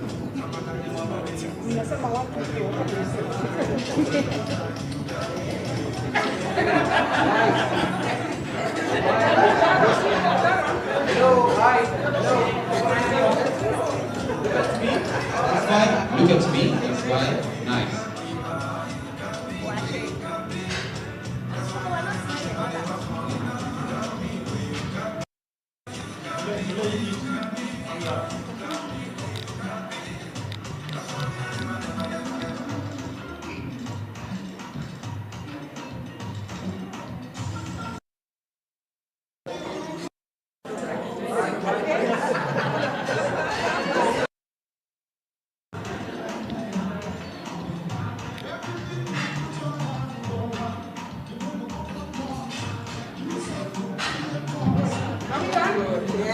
Okay. Before you go, ladies, don't move, ladies. You can help the ladies in drink. No, cannot, you know, there are some people. The first 20 people, and our chair, present something to them, so that we can commemorate our special. So when people present, first of all, to Esther, Diane, Esther, Diane, Esther, you can stand over here. And paparazzi, please do the necessary. Thank you.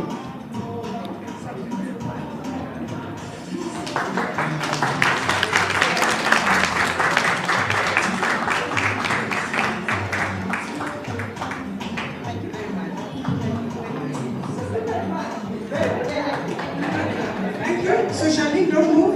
The next gift is to Mina Kivati. Mina, please. Oh, sorry.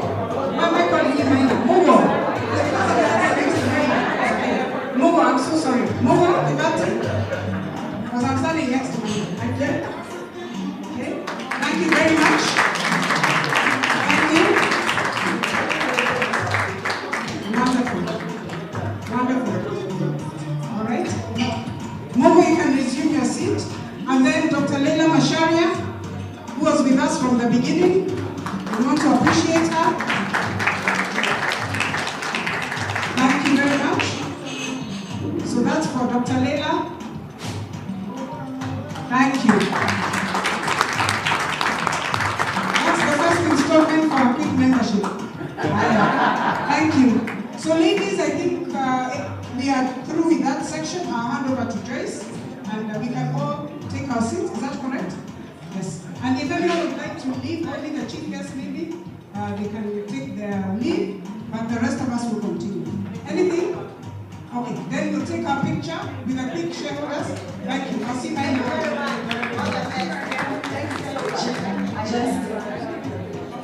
Just a request, the owner of KQZ 790 has parked on the wrong parking. If they can go out and please be shown where they should park. KQZ 790. KQZ 790. Thank you.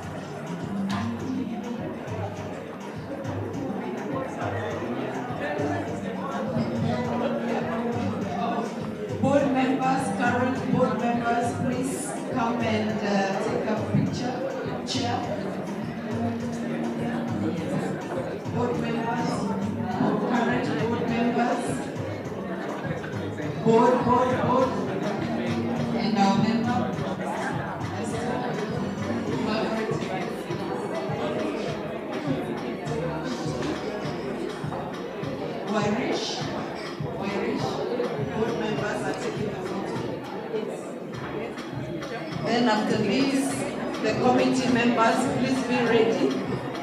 And the guests, don't go away. We have a cake cutting ceremony coming up.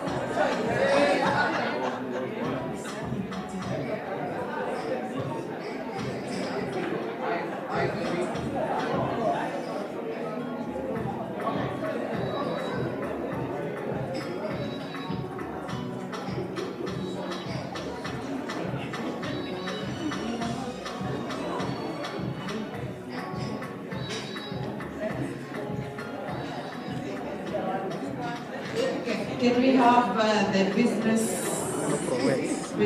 committee? Business. Okay, business, kindly come.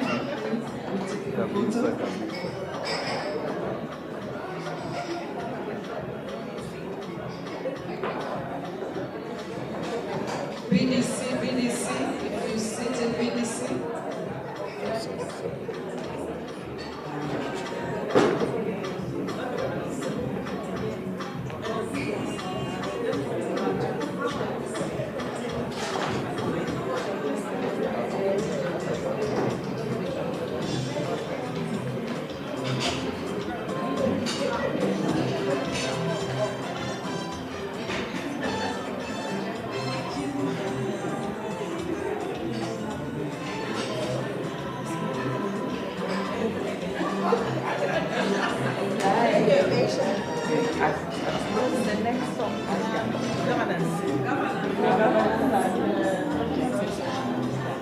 Okay, can we have the social members? Social committee. And after social is governance.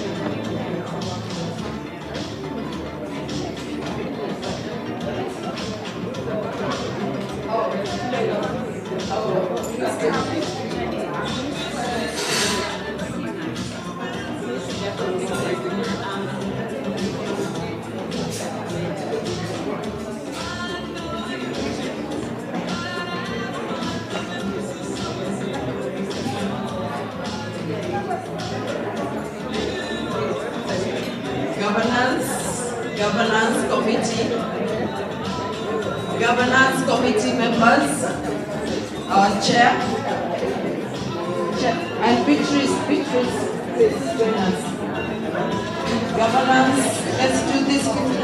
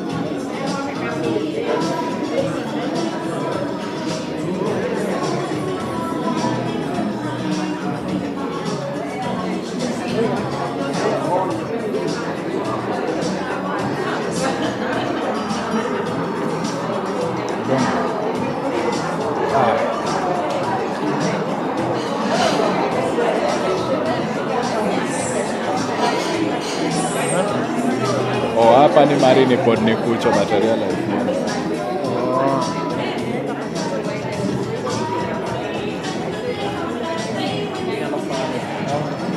We're just getting ready for our speaker, and the speaker will be the founder of Kwic. So we are just rearranging here. In a few minutes, please sit down.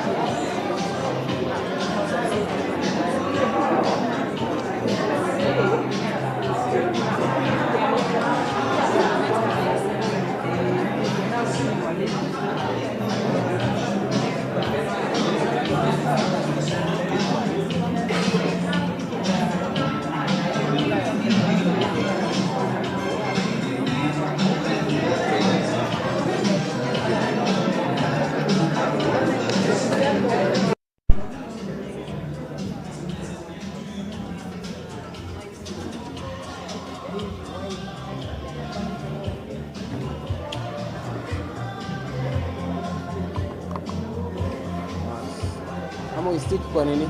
Hajapata ile tape. Angalia kwa ile bag kuna tape. Yeah, I'm just sorting this out.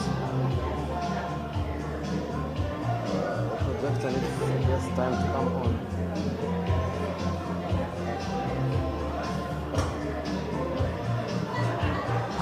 Let me tape this.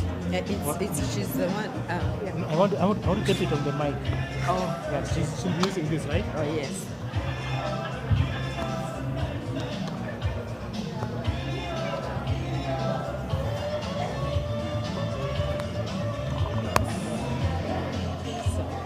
So we resume the program, eh? Yes. For Kwic, our founder. Come and show you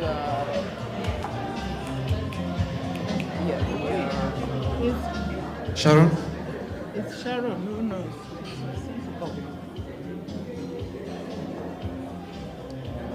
Is that the 20th one?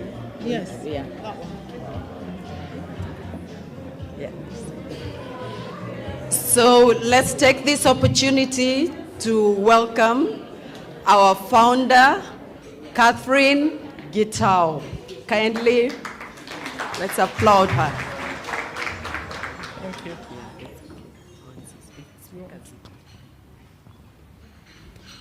So good afternoon, everyone, friends, family. I won't call anyone a guest because I know everybody is very, very purposefully here. Now, I don't want to take credit as the founder because there were two of us, so Rosemary, Maina, but I'll try and give you a bit of history. I'm also very aware that cake has been mentioned, so I'll try to go quickly.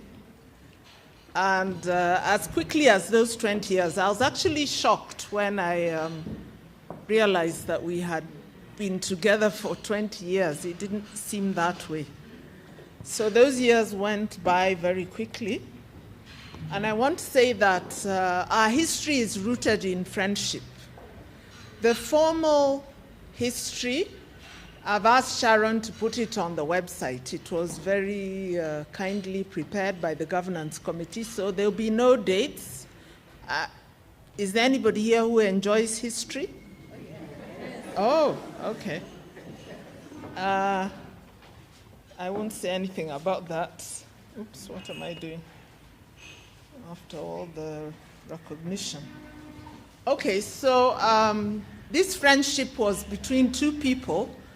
And the day I met my friend Rose, we quarreled seriously for a whole evening.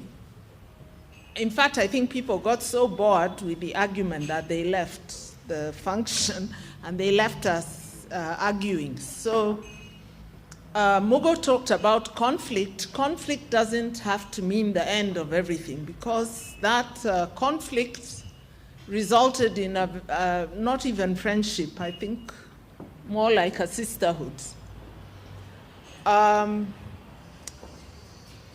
We were very different, as you all know, because the way Kwic was formed was people invited their friends. So everybody is a friend of a friend of a friend, right?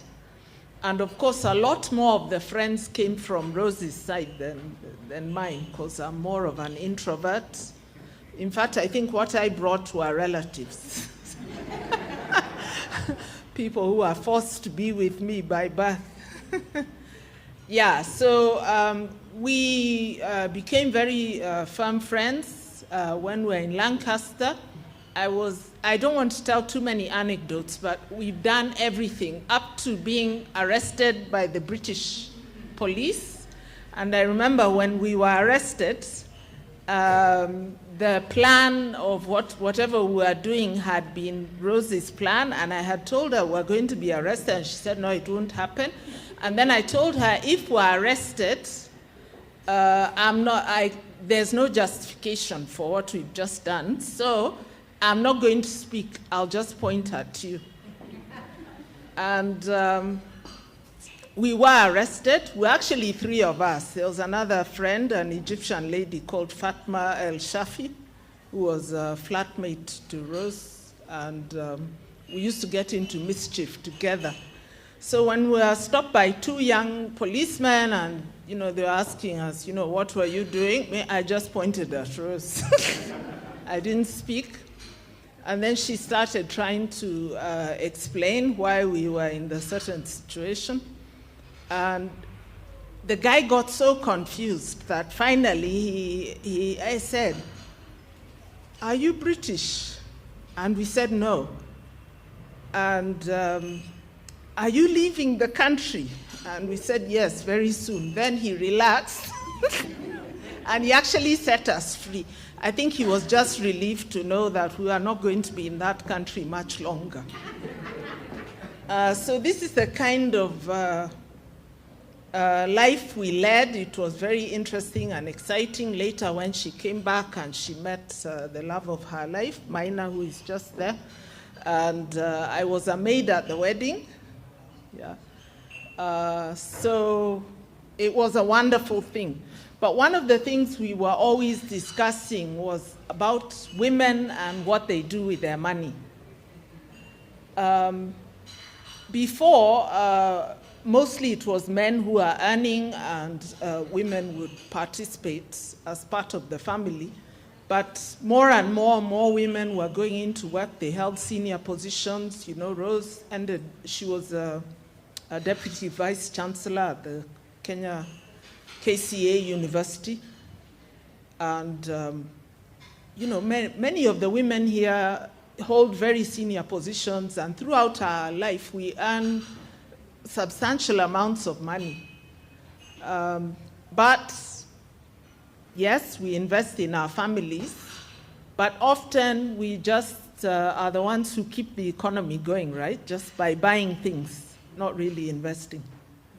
So we wanted to change that, and it took a long time because, as I said, we met in the late 80s, but Kwic happened around 2004, and for those who are saying then it's not your 20th, it's your 21st, it was around November 2004. It was late 2004. So it is just over 20 years. What am I doing? Sorry.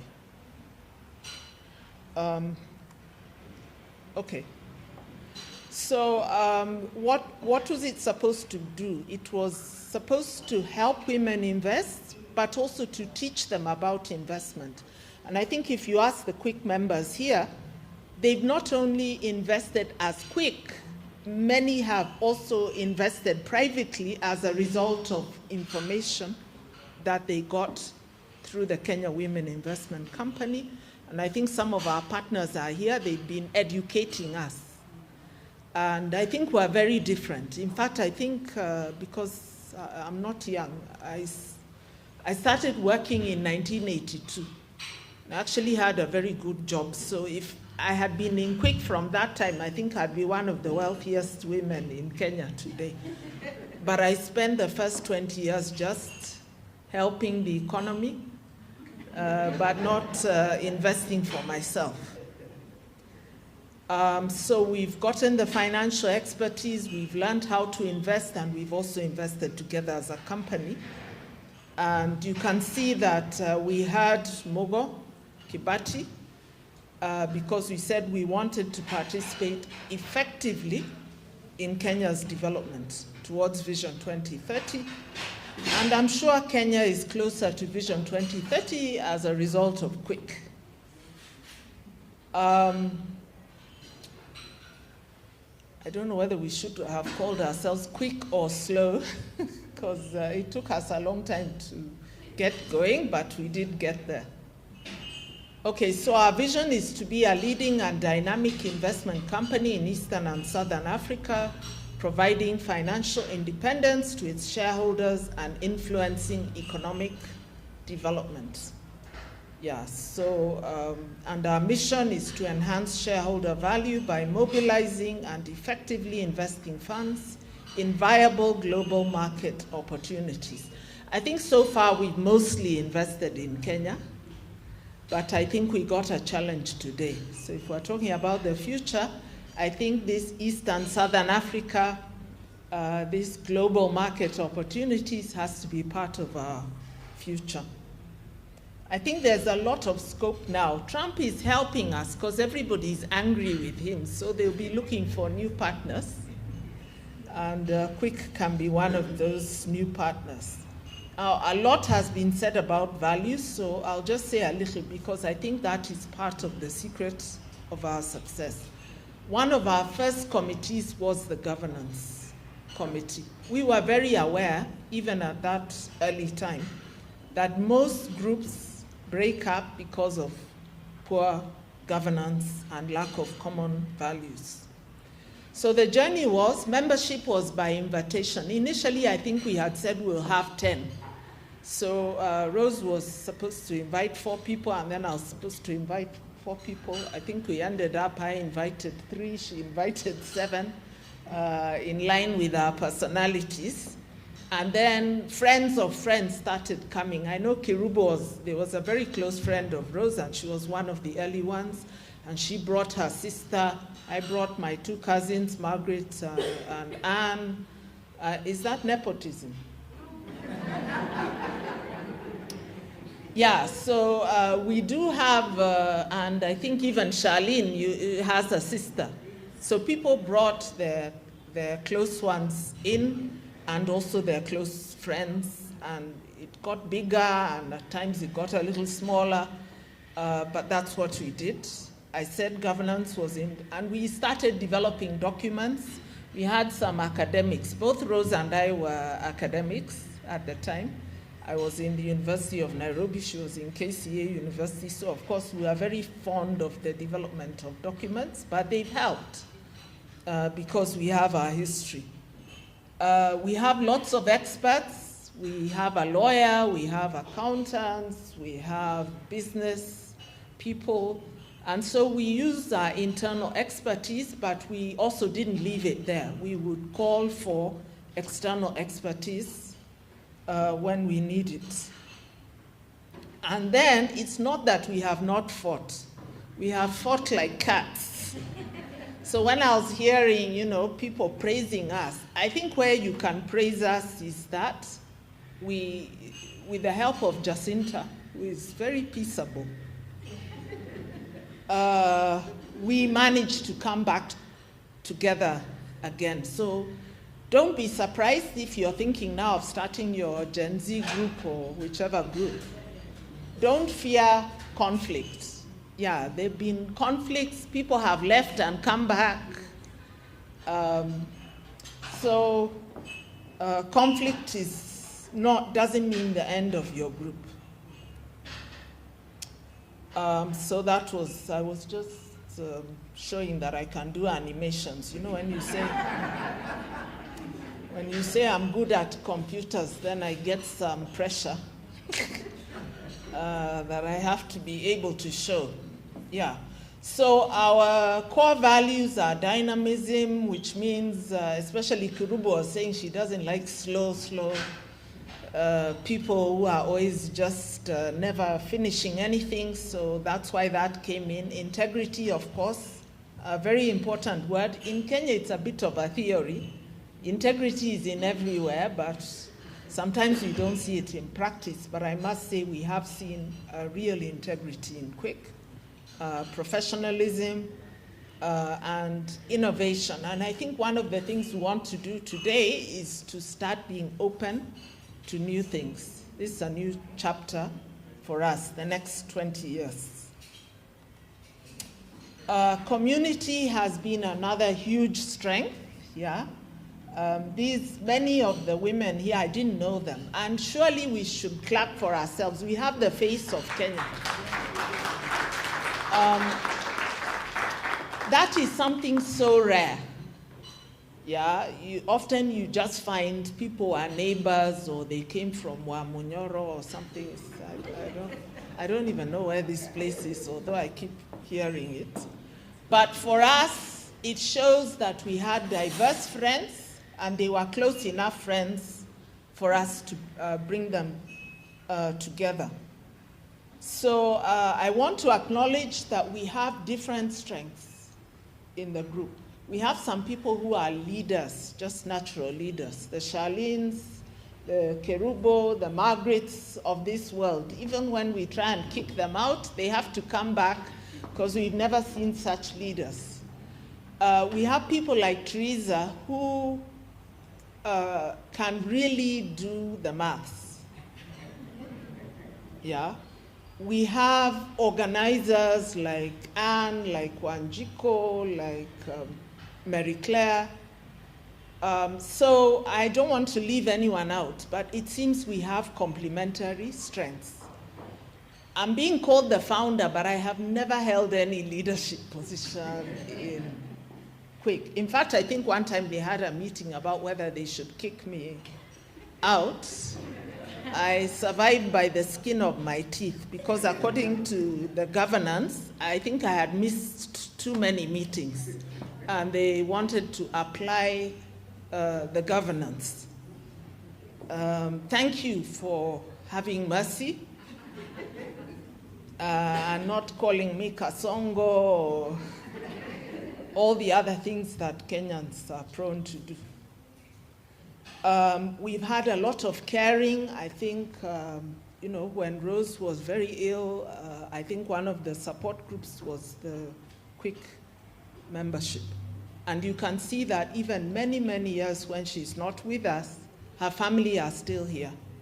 And we still invite them for our retreats and our functions. So this is not a cold group who are just counting money. Yeah, it's a group where we care about one another, and I've also experienced that. We're grateful to Sharon. Please clap for her. Where is Sharon? And before Sharon, we had Steve. So we've always had that supportive person who keeps us in line and keeps things going, and we're very, very grateful, and I think that is part of our success. The commitment, 20 years is not a short time. Not many even marriages survive that long. Yeah, and being women, right? People say women were malicious and all that, isn't it? So it's wonderful to see that each and every one of these women you see here before you today has been committed enough even to be here today. And of course, having meetings, we moved so much. We used to meet in the little KCA boardroom. We met at Jacaranda Hotel. We met at AMREF. We met here in Nairobi Club. Where else have? And then we met online during COVID. But those meetings have kept us going, even though I'm not speaking for myself here because, as I was told you, I was about to be evicted. But there are people who constantly attended those meetings throughout the 10 years, both the board meetings, the committee meetings, and the meetings for the ordinary members. Sometimes they went on and on. And, so those husbands who are here, I can testify that that's where your wife was. If she came home at 1 a.m., very bleary-eyed, yes, it was a Kwic meeting. We also kept ourselves alive through fun. We've been having retreats about every 2 years, 4 years. Okay. So we go out somewhere and we have a lot of fun. That's when you discover the real people. Yeah, so here we were at Voyager, and you can see some of the people there are very smart.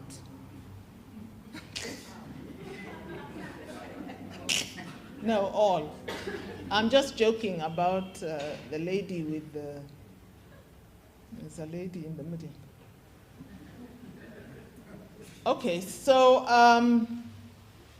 we have been growing. As I said at the beginning, at least when I joined, I was fairly ignorant about investment. Yeah, I never thought of my salary as something to keep or to invest in something. I just thought, actually all the boutiques in Nairobi knew me. They'd call me around the 28th to tell me about their new stock. Yes, new arrivals. So it's been wonderful to be in Kwic, again, just showing off.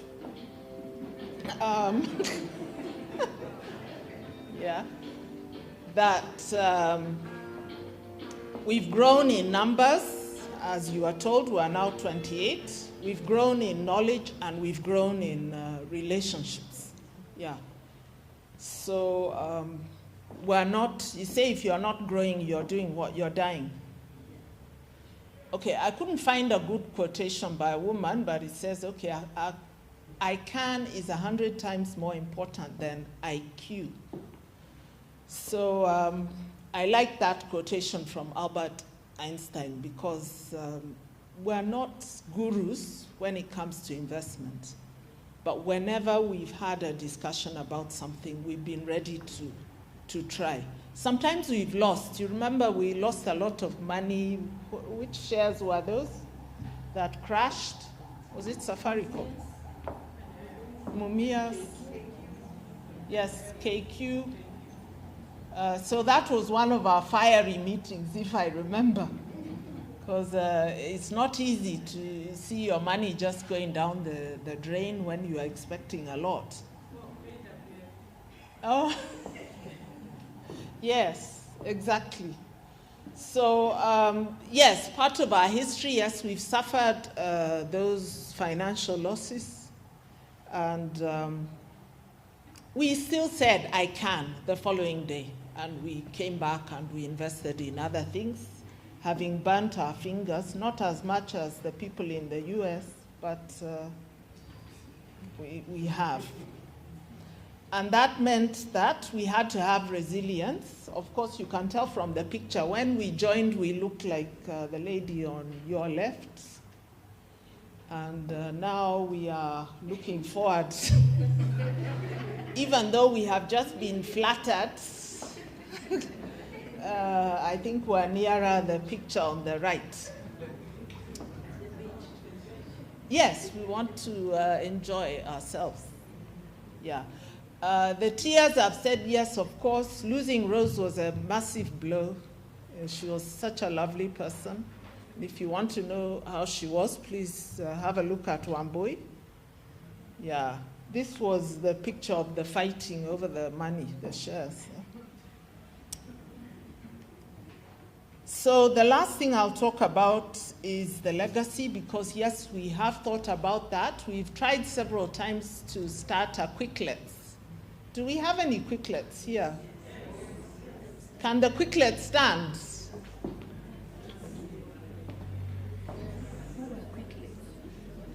Okay, so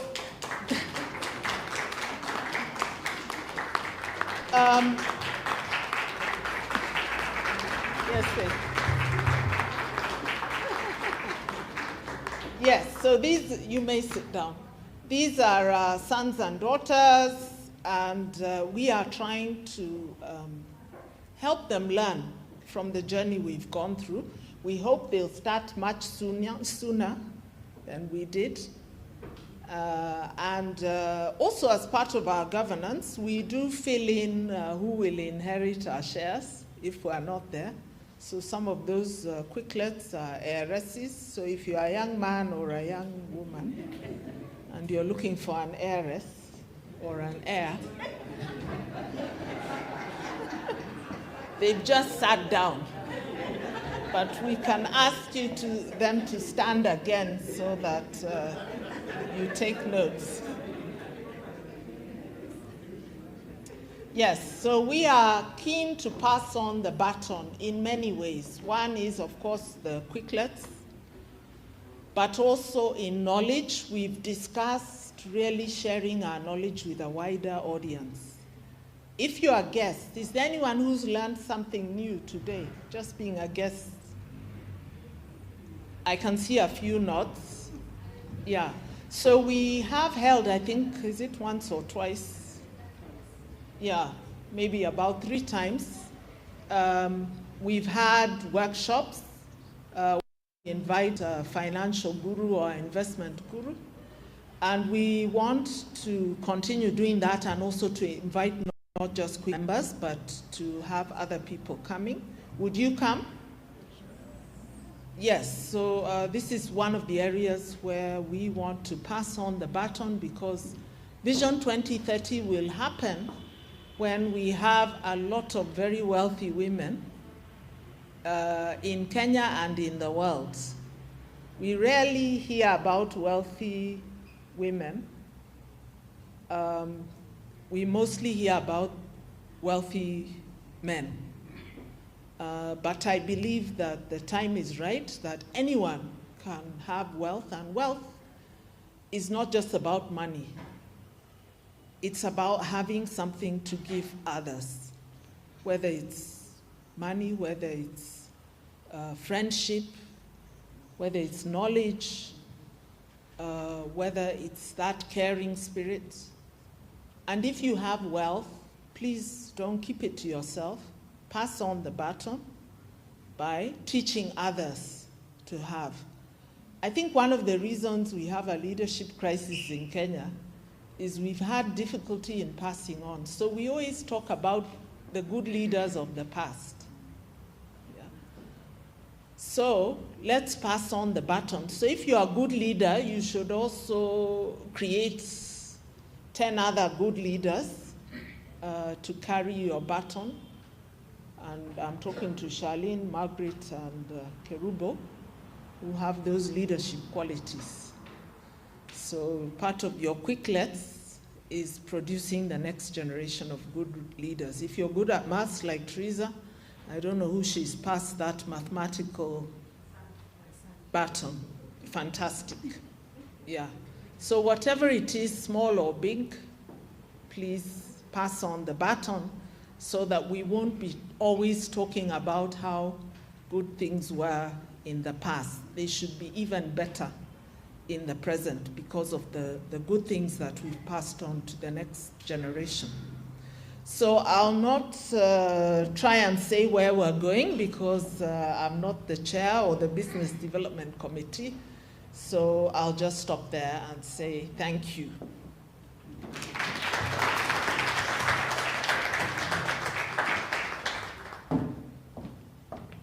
Thank you very much, Kate. Let's give her a second round of applause.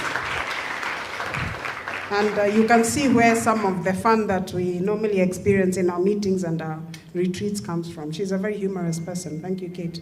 Okay, any questions for Kate? I'll take one question, and then we have our next speaker. Any questions for Kate?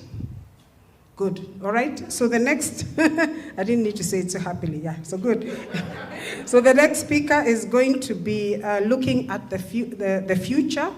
And as Mogo was talking about how we can look at where we need to go and some of the possible scenarios, we've also had a look at it ourselves. And I think we'll have an opportunity to share some of those future scenarios. So I'd like at this juncture to invite Kerubo. Kerubo Nyaribo is our, I think she was our second chair? First chair or second chair? Second chair, okay. Yeah, you took over. So you're really you're the first chair after Kate of the company. Thank you. So I'd like to welcome Kerubo, and she'll be talking to us about Kwic of the future and also Kwic investment opportunities. Over to you, Kerubo. Thank you. And you'll assist. Thank you. Let me just tell you, as we're getting that ready, I remember I used to work for a parastatal many years ago, and a very interesting guy in my department who was, he was an economist, he was also a lawyer, he was also an entrepreneur. So he'd always look for me at lunchtime and try and give me tips. So one Monday morning he said, you know what, over the weekend, I went to Kahawa, Committee. And on the way, I passed near,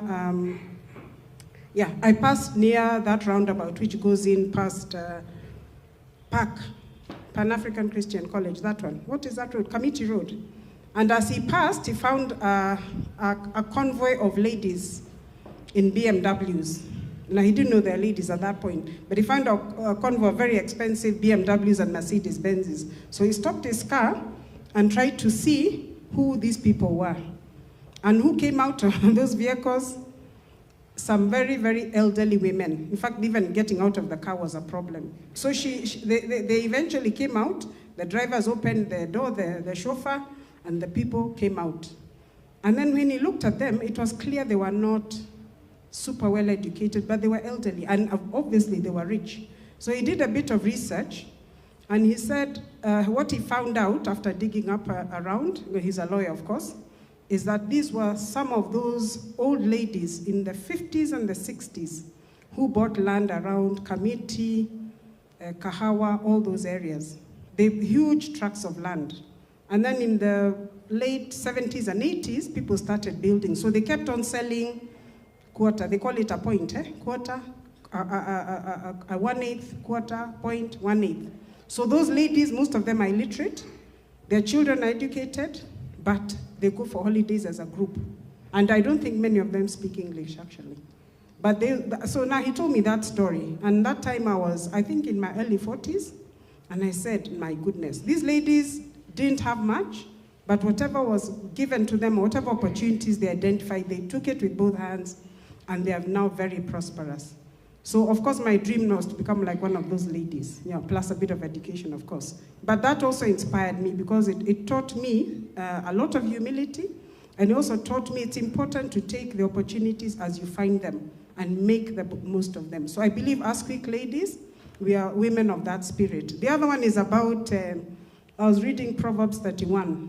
You know that story about the virtuous woman? I wouldn't say about the virtuous husband. We don't know what that husband was doing. He was just standing at the gates and talking to people and boasting about his wife.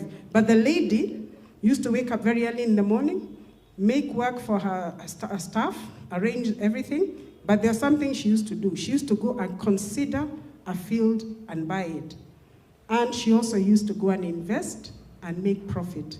So investing, making profits, plotting, maguta, and all that, these are things which were in the Bible. So let us not also become over intellectual about making money.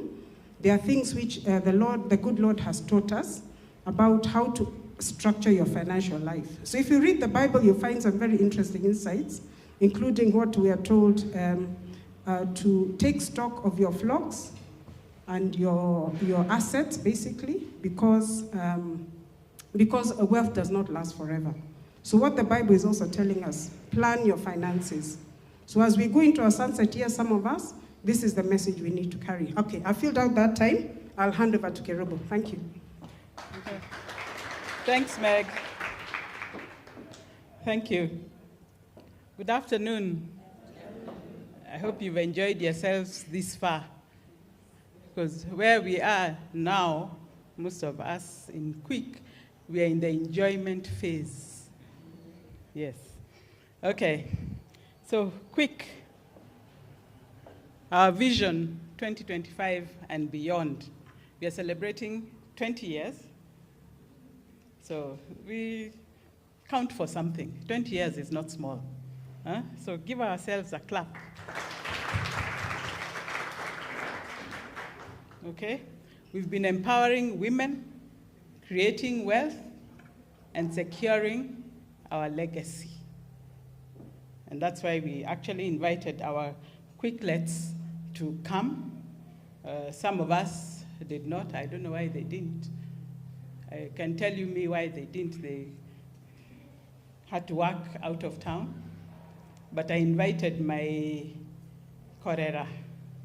That is where my daughter is married. So she replaced the Kwiclets. She'll go and tell them about it.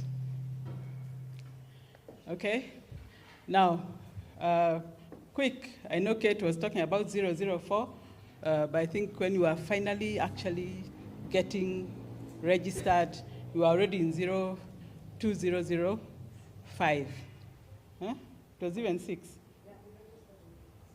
06, okay, but we'd started meeting.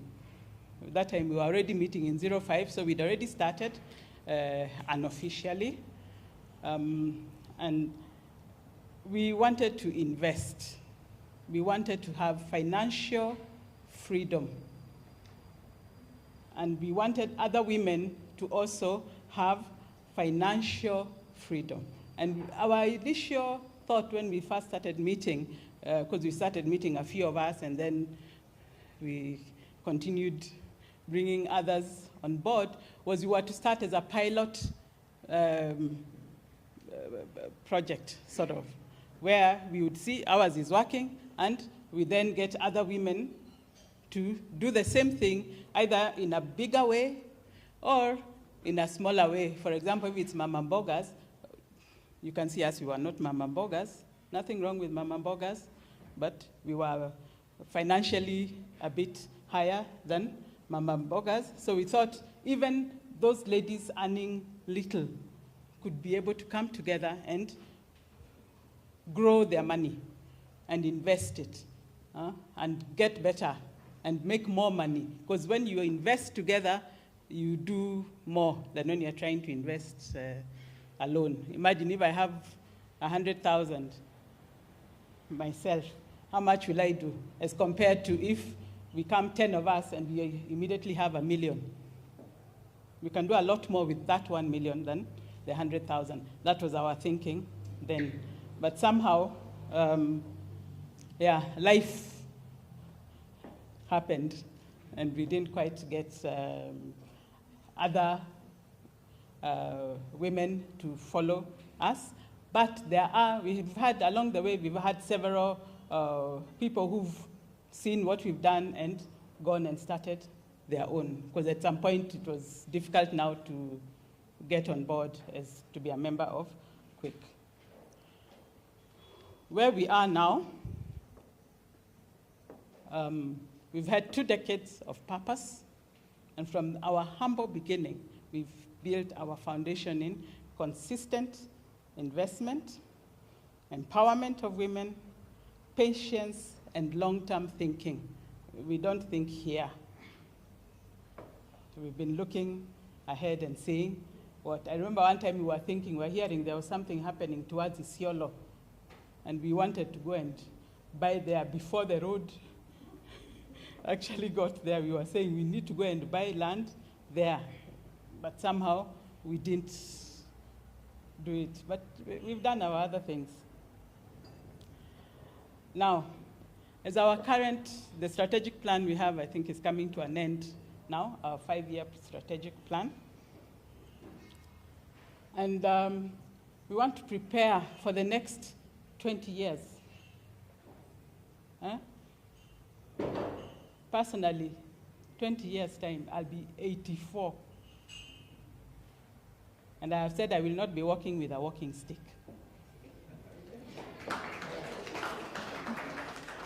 We shall be here seeing how far the Kwiclets have taken it.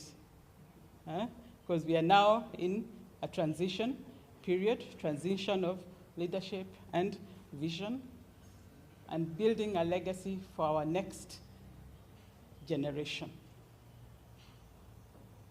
One door, one chapter ends, we move into the next chapter. Those mamas look nice, eh? Okay, our investment strategy, building stability through safe investments. We've been fairly safe. We've not been very high risk takers. As you can imagine, being a group of many ladies, we all have different appetites for risk. But being that we are careful, and we also want the Kwiclets to be careful and take calculated risks, we want to focus on secure income-generating vehicles, that is the money market, funds and stocks, government bonds, treasury bills, reinvestments of proceeds from our different parcels of land. With time, time has been going, as we have been getting more mature. I'm not saying old, we are not old. As we've been getting more mature, people want to enjoy the proceeds of our work. We don't want to just hand it over. We work hard, then we just hand it over to the Kwiclets. Hey, hey. And then they eat it in one day. No. Okay? So we want to enjoy it. Huh? But I always tell my daughters, I'll be selling one plot, naenda Bahamas with my roommate. Rudy, I look at another one and see which one else am I going to sell, and we look for another destination to go. So that the idea is they also need to know that they have to work for themselves, not just wait to be handed over. We need that work ethic. Of course, we want you to work smart, and then the Gen Zs are smart. They'll not be struggling like we did. They work smart.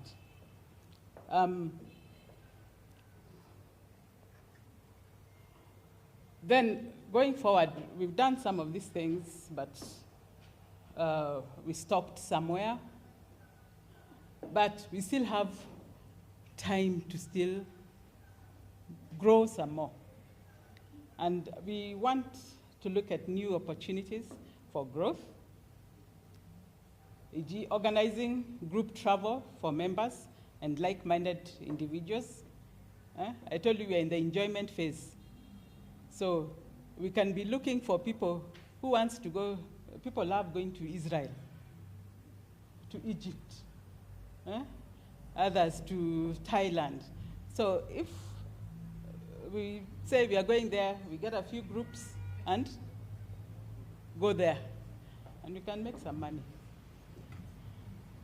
Something we had actually started doing, hosting motivational and empowerment talks. We had some that were to do with financial investments and education.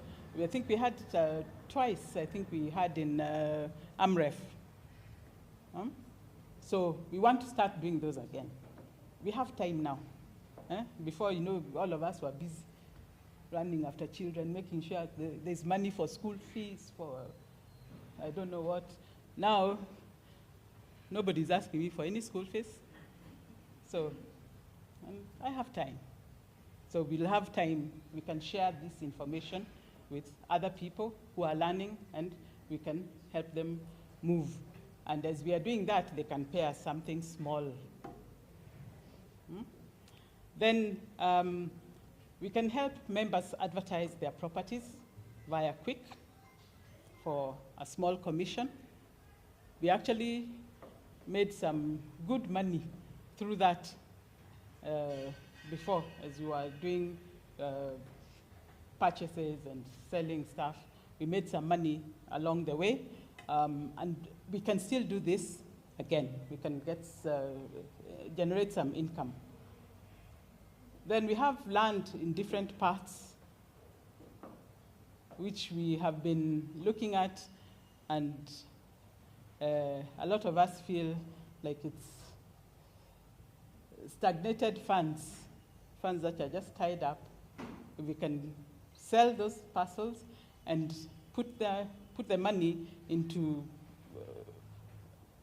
higher returns, then that is going to be good for us. And if possible, we can then retire in comfort, because we are getting, there's a source of income, a continuous source of income. Now, of course, our members have benefits. We've had benefits. But going forward, we have actually not paid a lot of dividends over the years. I think we've given dividends maybe 4 times, Shirley? About 4 times in 20 years. So you can see this company, if it was on the NSE, they'd have thrown us out. Yeah, but I think they've been good dividends. But now we plan to pay the dividends at least if we can pay once or twice a year, the members will be happy. The members will be happy. And we hope to introduce a group medical insurance cover. We already have a group life and personal accident cover, so we'll maintain that. But in addition, we want to add the medical insurance so that our members can be taken care of. They should not be worrying and harassing people for mchango. You go to hospital, a little mchango for Anne. We need money to pay the medical bill. No, we don't want that embarrassment. So we hope that that can happen so that our members are well covered. And remember, as we grow older, the ailments become more. I was going up the stairs and I was feeling my knees and I was saying, hey, it has arrived. All right. The vision continues. Let's keep dreaming. Let's keep building. Let's keep believing for a stronger Kwic, a deeper impact, a legacy that lasts. So, as I said, we are in that enjoyment phase. Most of us, others, we were not all the same age when we got on board. Some people are babies like Charlene, and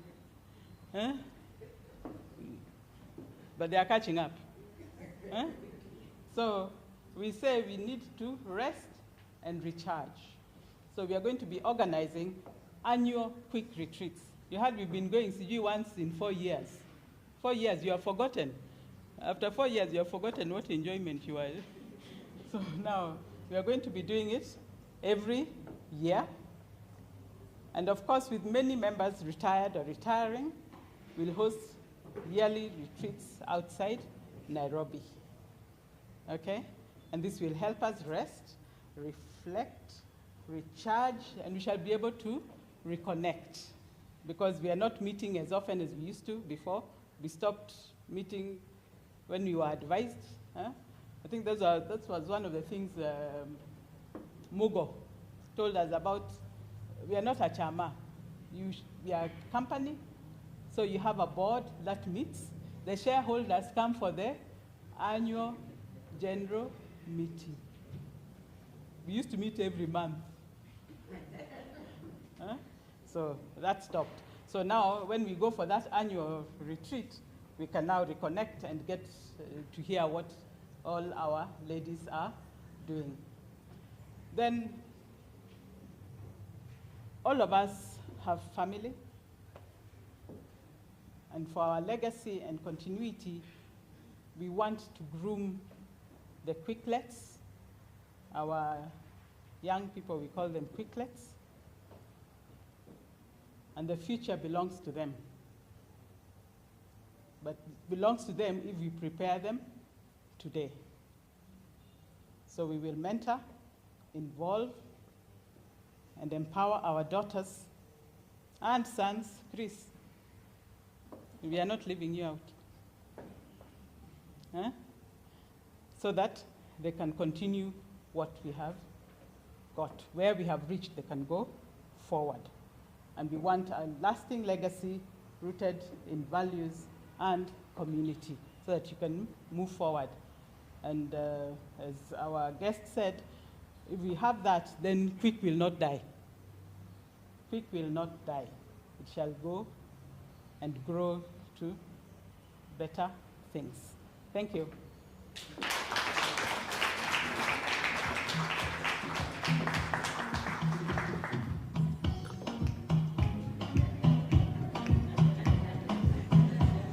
That's how good she feels.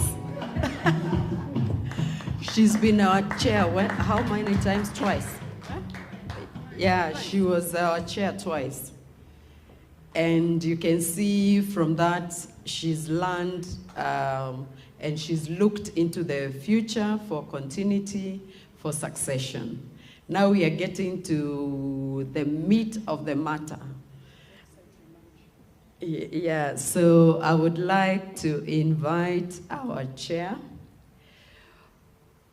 to show us how are we going to incorporate the Kwiclets, because they are tech savvy. You can see we have papers all around. She's the only one, she's in between the before computers generation and the Gen Zs, so she's in between, she's tech savvy.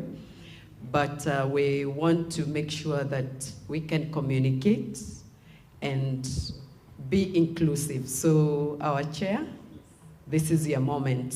Thank you. Thank you very much, our MC for today. I'd like to invite Sami, who is the young man who has helped us to develop the website. I don't know if Sami is still here or he left. Maybe he left. Okay, that's fine. So we are already digitized in Kwic. We were very analog before, like you heard, but now we are trying to be as digital as we can. So this is our new website. Sorry, it doesn't look so great because of the lighting, but you can get onto it on your phone because it's mobile ready, and it is very, very collaborative. So if you want to write to us, you can go to the contact us page, or you can even reach us on our social media handles. So we are on Facebook, we are on Instagram, we are on Twitter, and inaitwa Twitter, ama inaitwa X. Okay, I like Twitter better, so let me stick to that. Anyway, yeah, so I hope Elon Musk didn't hear that. So our new website is more dynamic than what we had before. We had a very static page, and we developed it using a content management system that allows us to be able to update content regularly. And for the social media pages, we have what is called a content timetable, which is a very like motivational. Every day has a theme. So Mondays can be for like a call to action. Tuesdays can be for investment. Saturdays are for site visits, and so on. So we'll be driving all this digital agenda through our social media pages, and they will get better and better because IT is always evolving, isn't it? Yeah, so we've begun somewhere and we are going far. So with this website, we expect to be posting the properties that we are selling. So if you want to see what is on sale, you just log on to our website, which is www.kenyaweek.com, and you'll be able to see the listing of all the properties on sale. And when we are offering discounts, you'll also find them there. And you can also be able to communicate with us from that website. We have integrated WhatsApp on the website, so you can be able to connect to us through WhatsApp because it's the most common and most convenient way to communicate. Or any other, our phone number is also very clearly indicated on the site, and our email contacts that come to our office, and you can be sure to get responses. So with that, I think you're welcome to visit the site, and I want to wait for the cake so that as we're eating the cake, we are also launching the website. Hapo ina sound aje? Iko sawa? Okay, yeah, so I think I'll leave it to the next agenda on our list so that we can be able to do the cake and the launch together. Let's appreciate our chair. So we are going to, first of all, do presentation to our Kwic members. Then after that, we can do the cake cutting because we'll be able to have the light snacks with the tea that is prepared for us, so that after that, I believe we will have the vote of thanks, and then we can enjoy the DJ. You can see we keep on cutting him off, so don't go away. Okay, I would like to invite Wanjiko, who will take us through that process. And Chair, you'll be here for the longest time because it's your year. And thank you very much for what you are doing and what you have helped to achieve.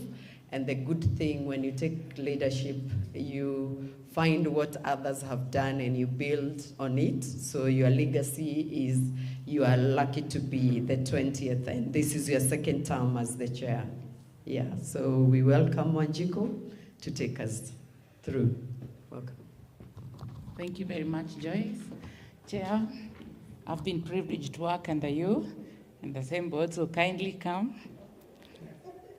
This lady has been very good to us, and she said there's no way these Kwic ladies are going home without an envelope. Whatever there is in the envelope, I don't know. So mine is to call out the names. Please, all the ladies with those green things on your head, get ready so that we make it very quick, starting with Anne Waithaka. This is in appreciation of your commitment.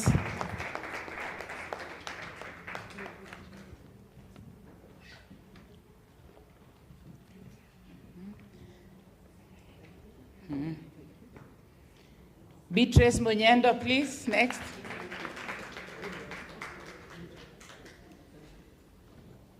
Betty Kuria. Proxy, Betty Kuria.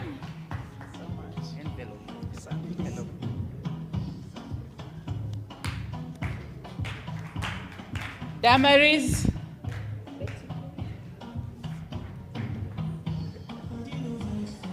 Huyu hana green, lakini ni proxy. Mwenyewe yako majuu.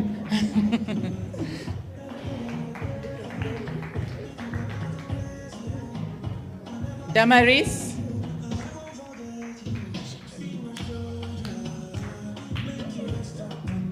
Esther Bogwa. That's how social committee we drive.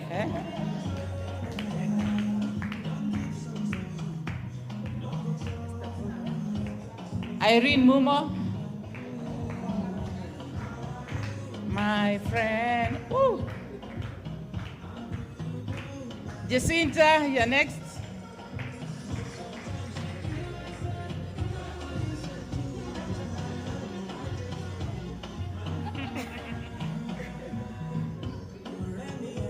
Jane Kibwage.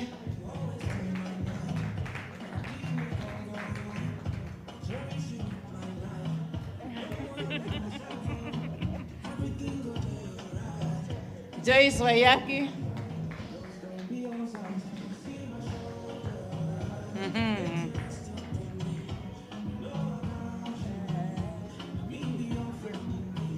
Kerubo.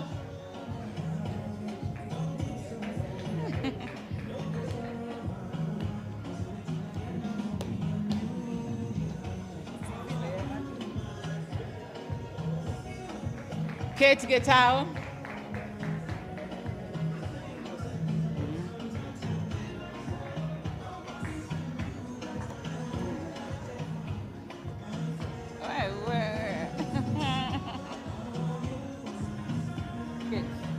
Hold on, this one first.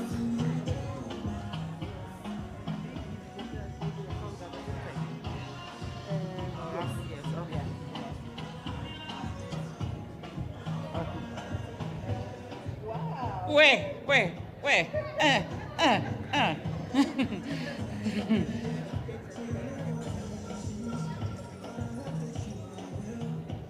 Okay. Kate, after that, we would like to appreciate and honor you for being the founder of Kwic. If it were not for this lady and Professor Rosemary, I don't think we would be here. So Kate, for the second time.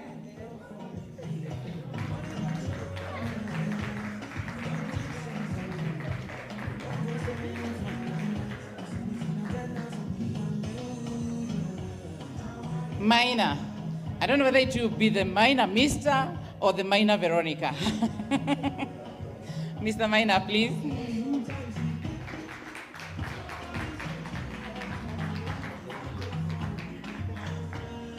Margaret Waithaka.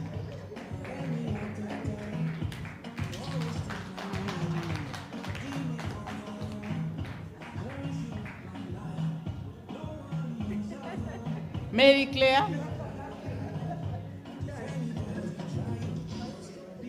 Monica Guest Lady.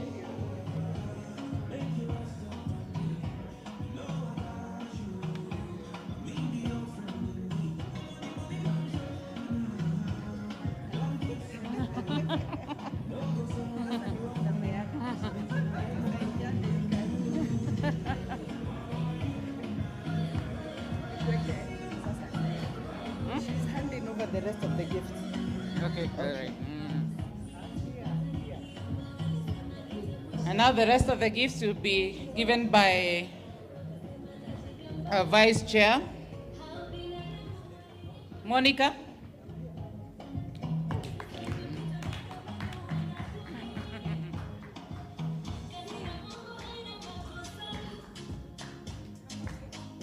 Mary Kebuga.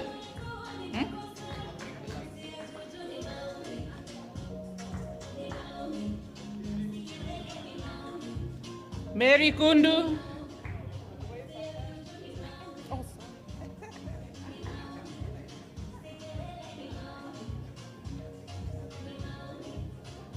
Mary Joroge next.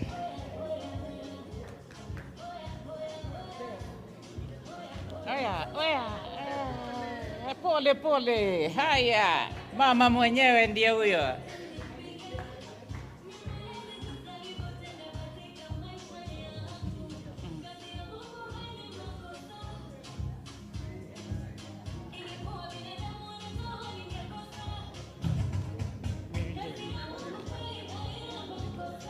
Shireen Bai, you also have an envelope.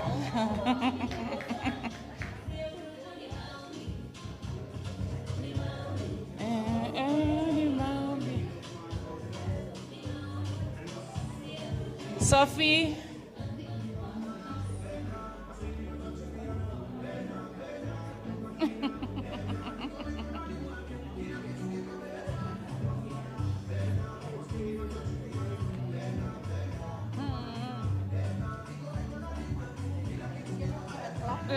It's your turn to dance. It's your turn. Selena. Where?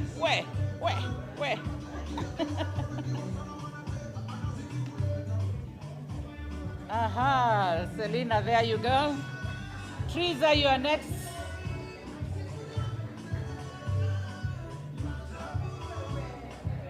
Wait.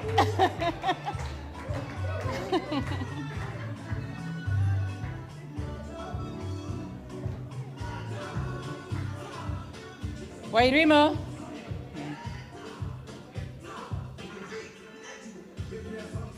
There you are. The money lady. She's coming here.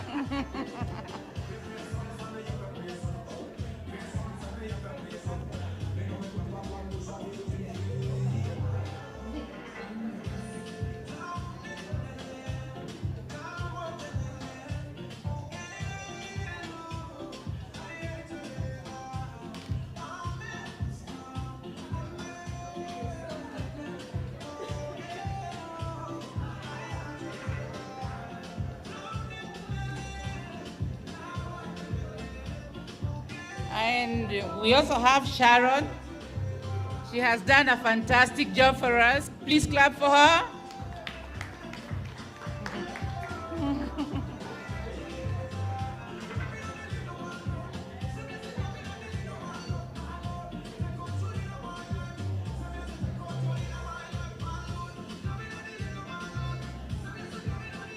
And last but not least, myself, Wanjiko.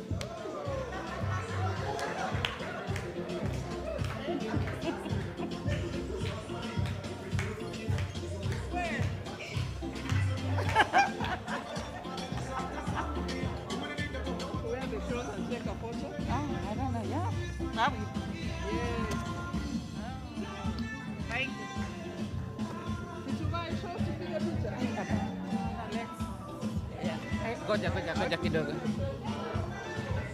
Finally, we've all had our gifts, but we have one special gift, which is for the office. And this one I'd request Mr. Mbai. Where is he? He left. Oh.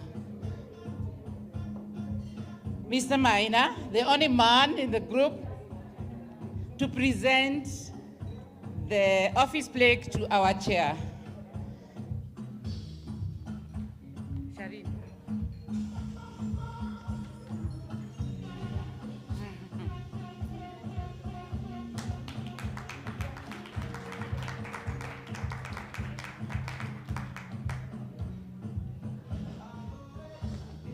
Thank you very much. Let's appreciate Wanjiko. I would like to call upon Damaris to come and do a vote of thanks so that from there, when we are cutting the cake, we'll be able to pick our tea and the bitings that I can see there. So that, and there's still food, I think. So Karibu, she's our secretary, executive secretary. Mimi ni mtu wake wa mkono. Good evening, everyone. The day has gone so fast. We are now at the tail end.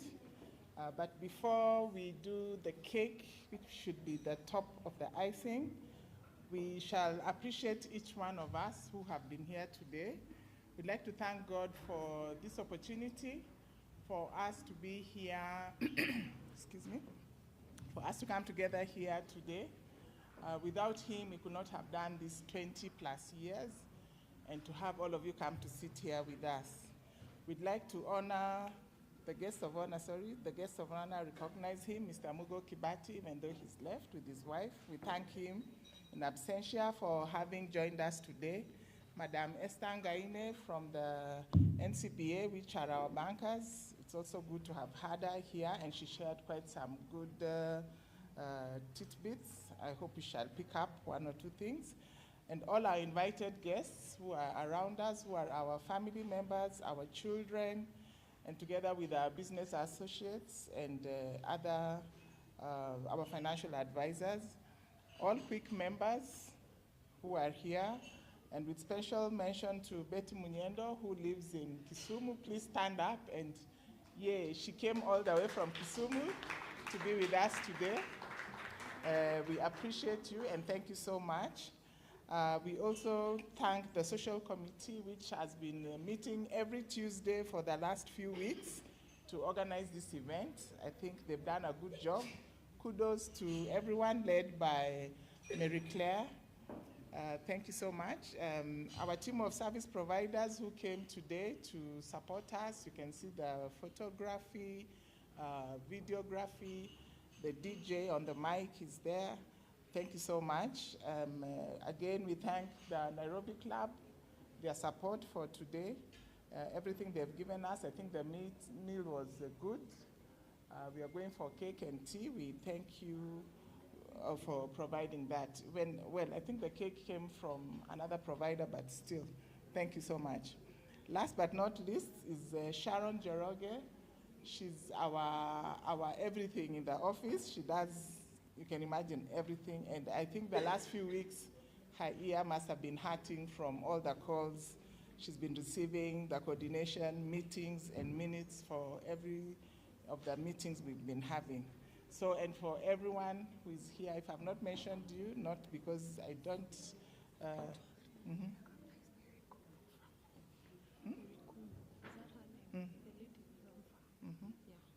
Oh, okay.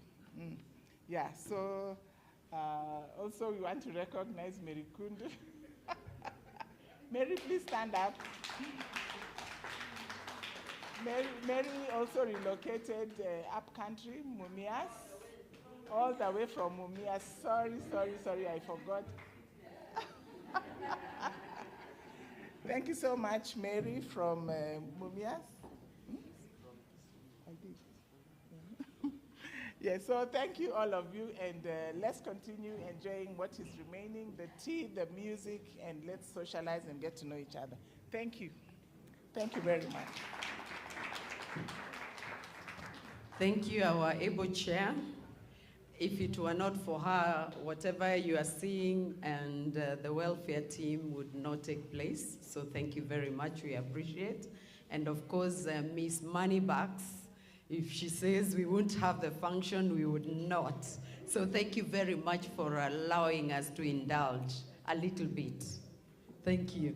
So we are going to move the cake here, and now we'll get to the cake cutting ceremony. And immediately after the cake is cut, we will have a photo session so that when we break for the tea, then you can mingle and get to know who you are sitting next to. And you can talk to the Kwic members as well. And the Kwiclets should have a photo. Any Kwiclet that is here should have a memento.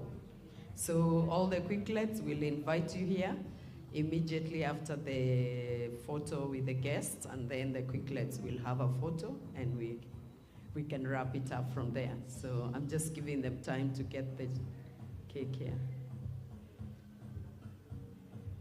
Thank you. Thank you.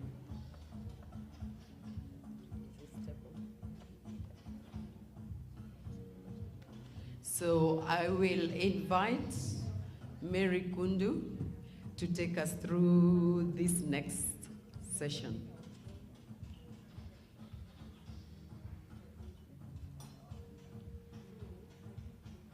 So should we be doing?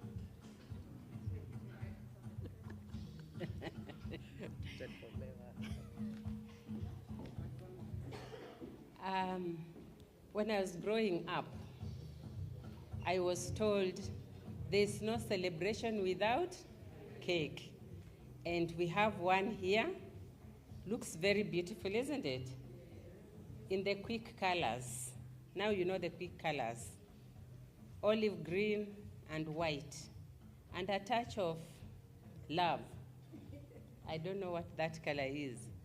So it's written Kwic at 20 celebration. And this cake, as beautiful as it is, it's made of very many ingredients. And these ingredients show the diversity of Kwic members. Yeah, you've been told we are diverse in membership, diverse in age, diverse in profession, diverse in, call it everything. So we'll cut the cake and enjoy this cake. And we'll ask the DJ to give us good music so that we can enjoy as we cut the cake, eh? And I will ask the chair to come and help me. Please, for everything, the chair is everything, isn't it? Yeah, either the chair or the vice. The chair and a Kwiclet. And a Kwiclet. Yes.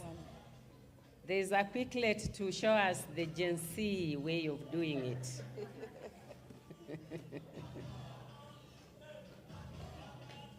She's going to show us how to dance when you're cutting. Oh, yes.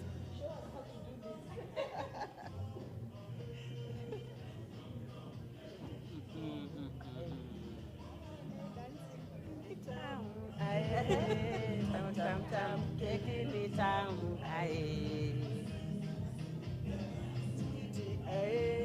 sweet, sweet, sweet, sweet,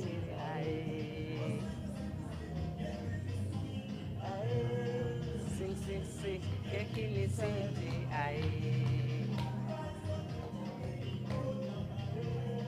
Tufurahi sana kateti moja,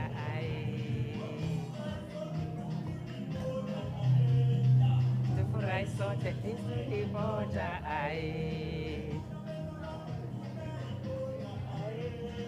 Tufurahi sote moja,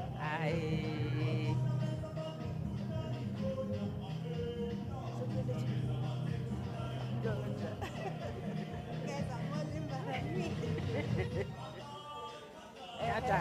Tukate? Shikeni.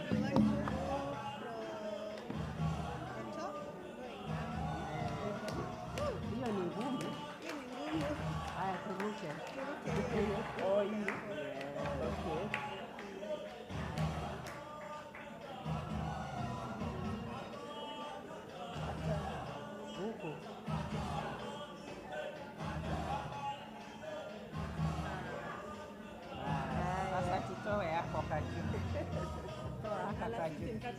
Okay. Yeah, please assist us with the rest. Need what? Okay. Then we'll help her to serve, huh? At what point do we toast the drinks? You want to pop it now? We can pop it now. Yeah. Na hii inafanywa nini? Hii inafanywa nini?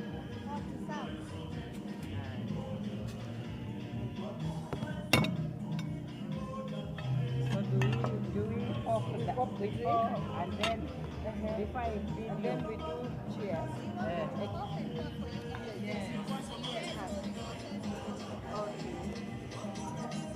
For the old and the new. The old and the new. The old is here, the new is here.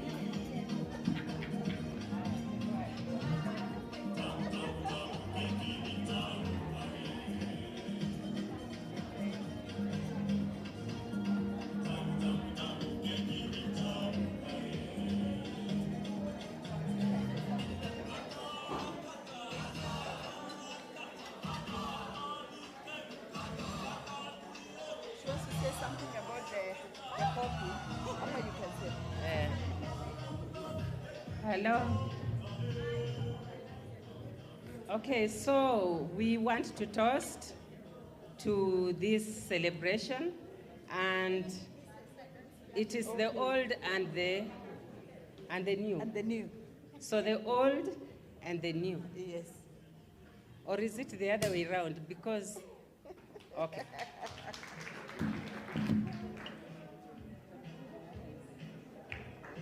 Which one is the song for toasting?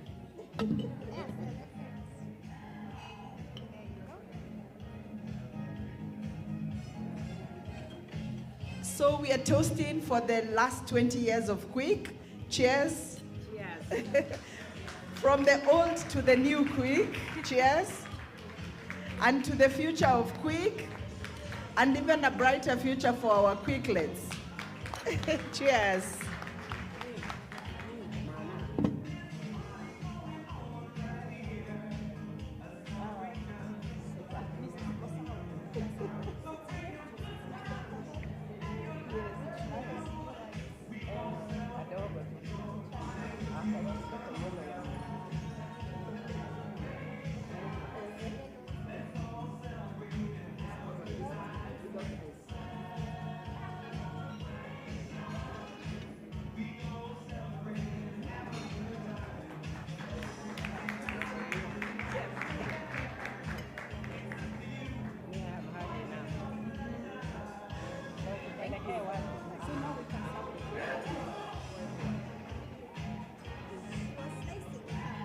Okay, so we are going to pass the cake round, and we'll have the cake also placed near the beverages. Then you can take the cake with the tea or whatever beverage. Thank you.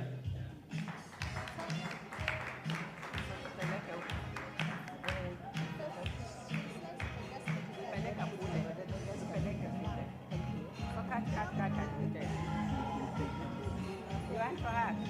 You want a hug? There you go. With a big leg.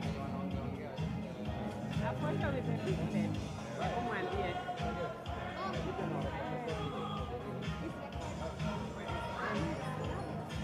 You do. Thank you. I had never worn it. I bought an occasion in the wardrobe. I got an occasion today.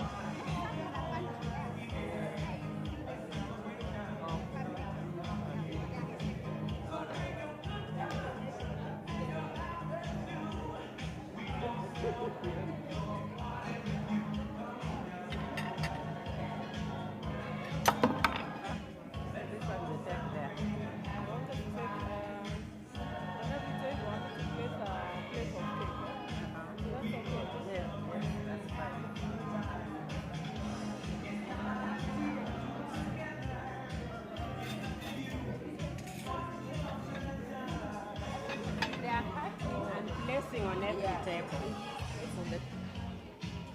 So as the cake cutting is going on, all the cakes will be placed, every table will have a plate. But in the meantime, we would like to quicklets in the house. Please come forward. All the quicklets in the house. Quicklet, if you're a quicklet, come to the fore. Come in from both, not just the girls. All the quicklets, please, come. And I'll ask our chair to be with the quicklets and our founder to be with the quicklets and our former chair to be with the quicklets and our immediate chair to be with the quicklets, because that's the legacy you're going to leave. So, chair.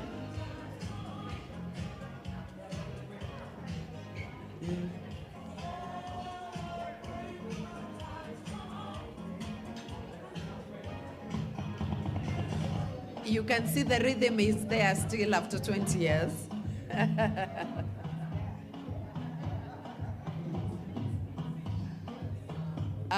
Get ready for the photo session.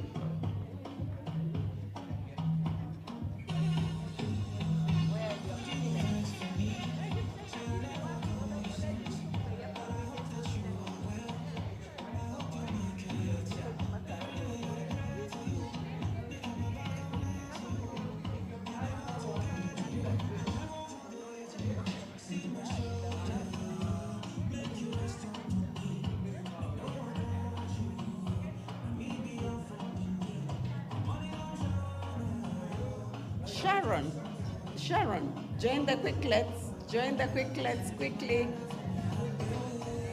Join.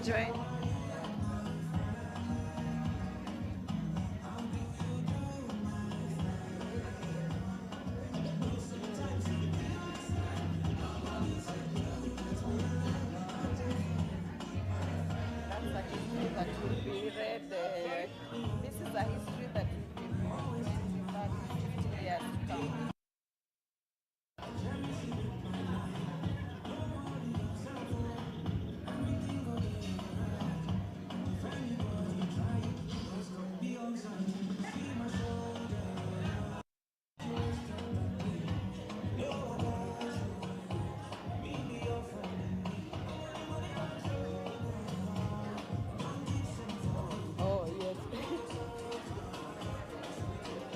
And when the photo session is over, don't move, because all of us will get into the photo now.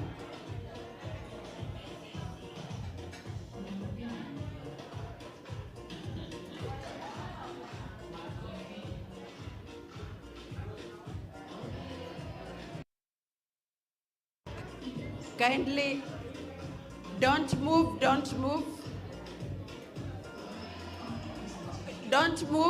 Kindly, everyone to the front. We have a group photo. All of us to the front. Whether you're a guest or a quicklet, to the front. Yes. They are put in the seats. Kindly join in the photo for all of us so that we finish. Then you can come for the tea.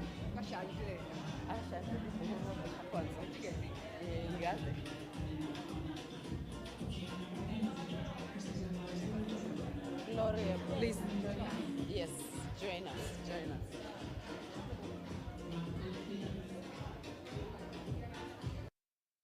You okay? This is good?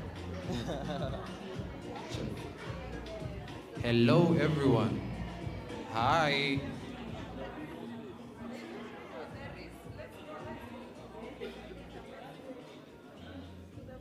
Photographer, not paparazzi. Photographer.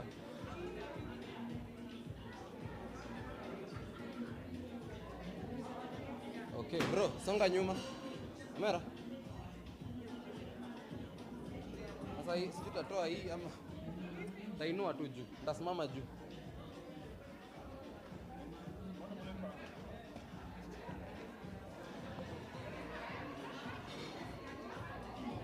Hi, everyone. Hello. kindly, if you're short, please make sure you're in front. If you're tall, please stop hiding people. Thank you. Then finally,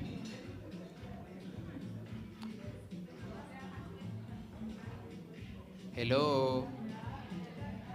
Finally, as we leave, don't just leave, okay? I want, this camera is going to be somewhere, I think here. It's going to be right here. As you leave, just come and wave, even dance, as the DJ will put something nice for us. Just pass as you wave into the camera, okay? And if you see me around and you're with a friend, huddle up and smile. Sir? Good.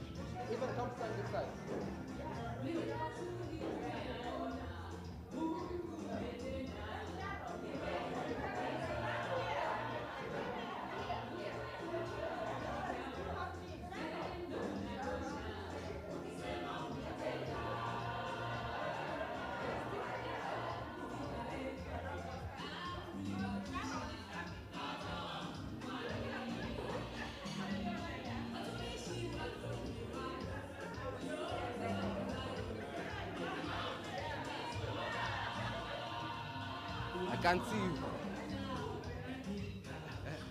The one behind you. There. Still waiting for these guys. The ones. The cake is there. Good.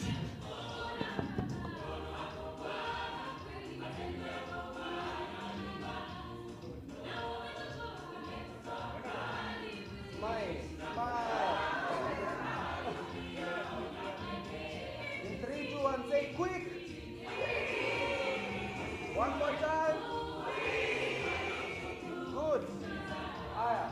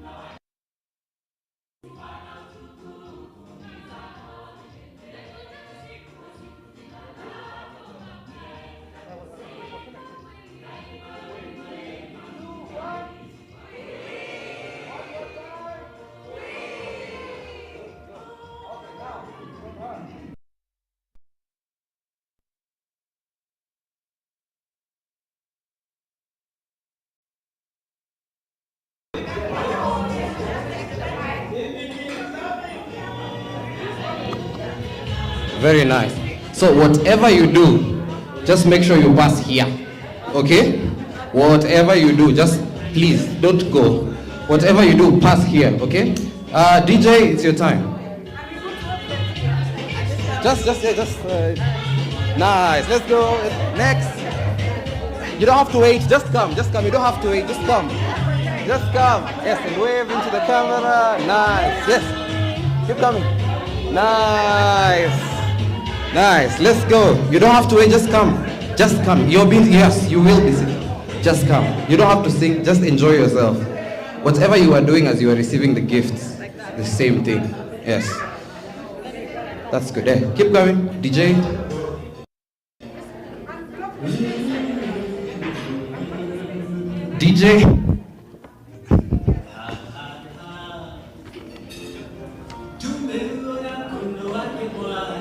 Nice. I like that.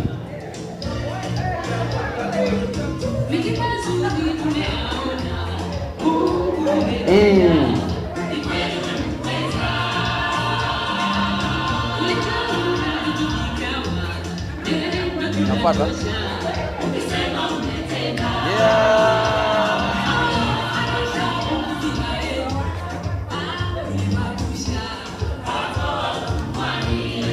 Now you have it. That's nice.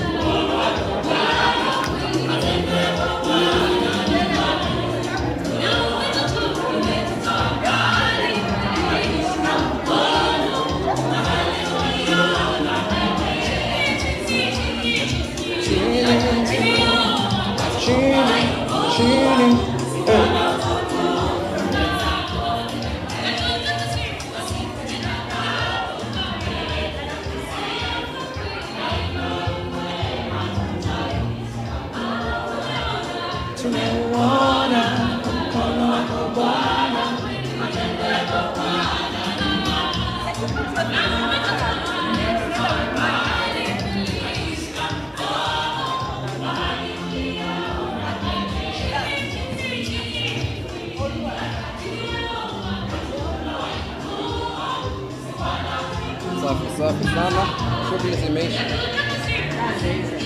Lakini sasa wewe ndio umeanza.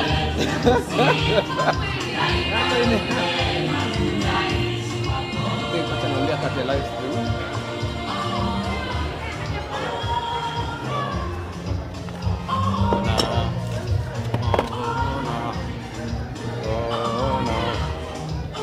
Hebu weka hiyo kitu tuone kama kinafanya. Kitoe kwa moto.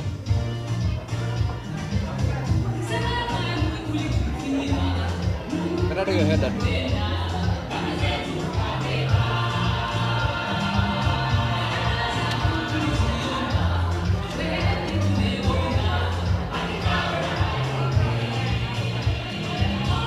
Check.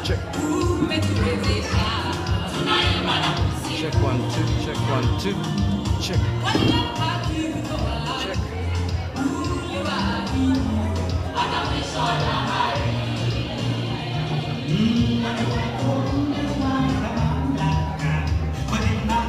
Ujaweka on.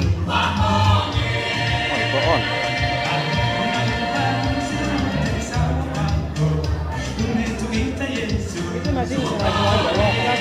Nafai wake. Namrudisha tu saa hii tao. Unajua nimeibuy last week. Kuna time yenye nimebuy hata board nikienda kucheza vida. Kama singebeba hii. Lakini sikuwa nataka kutumia mic, ikiharibika inaweza kwamba hii mic ni 60k. Hii ni 3,000 zote mbili. Napenda tu kutumia kwa film.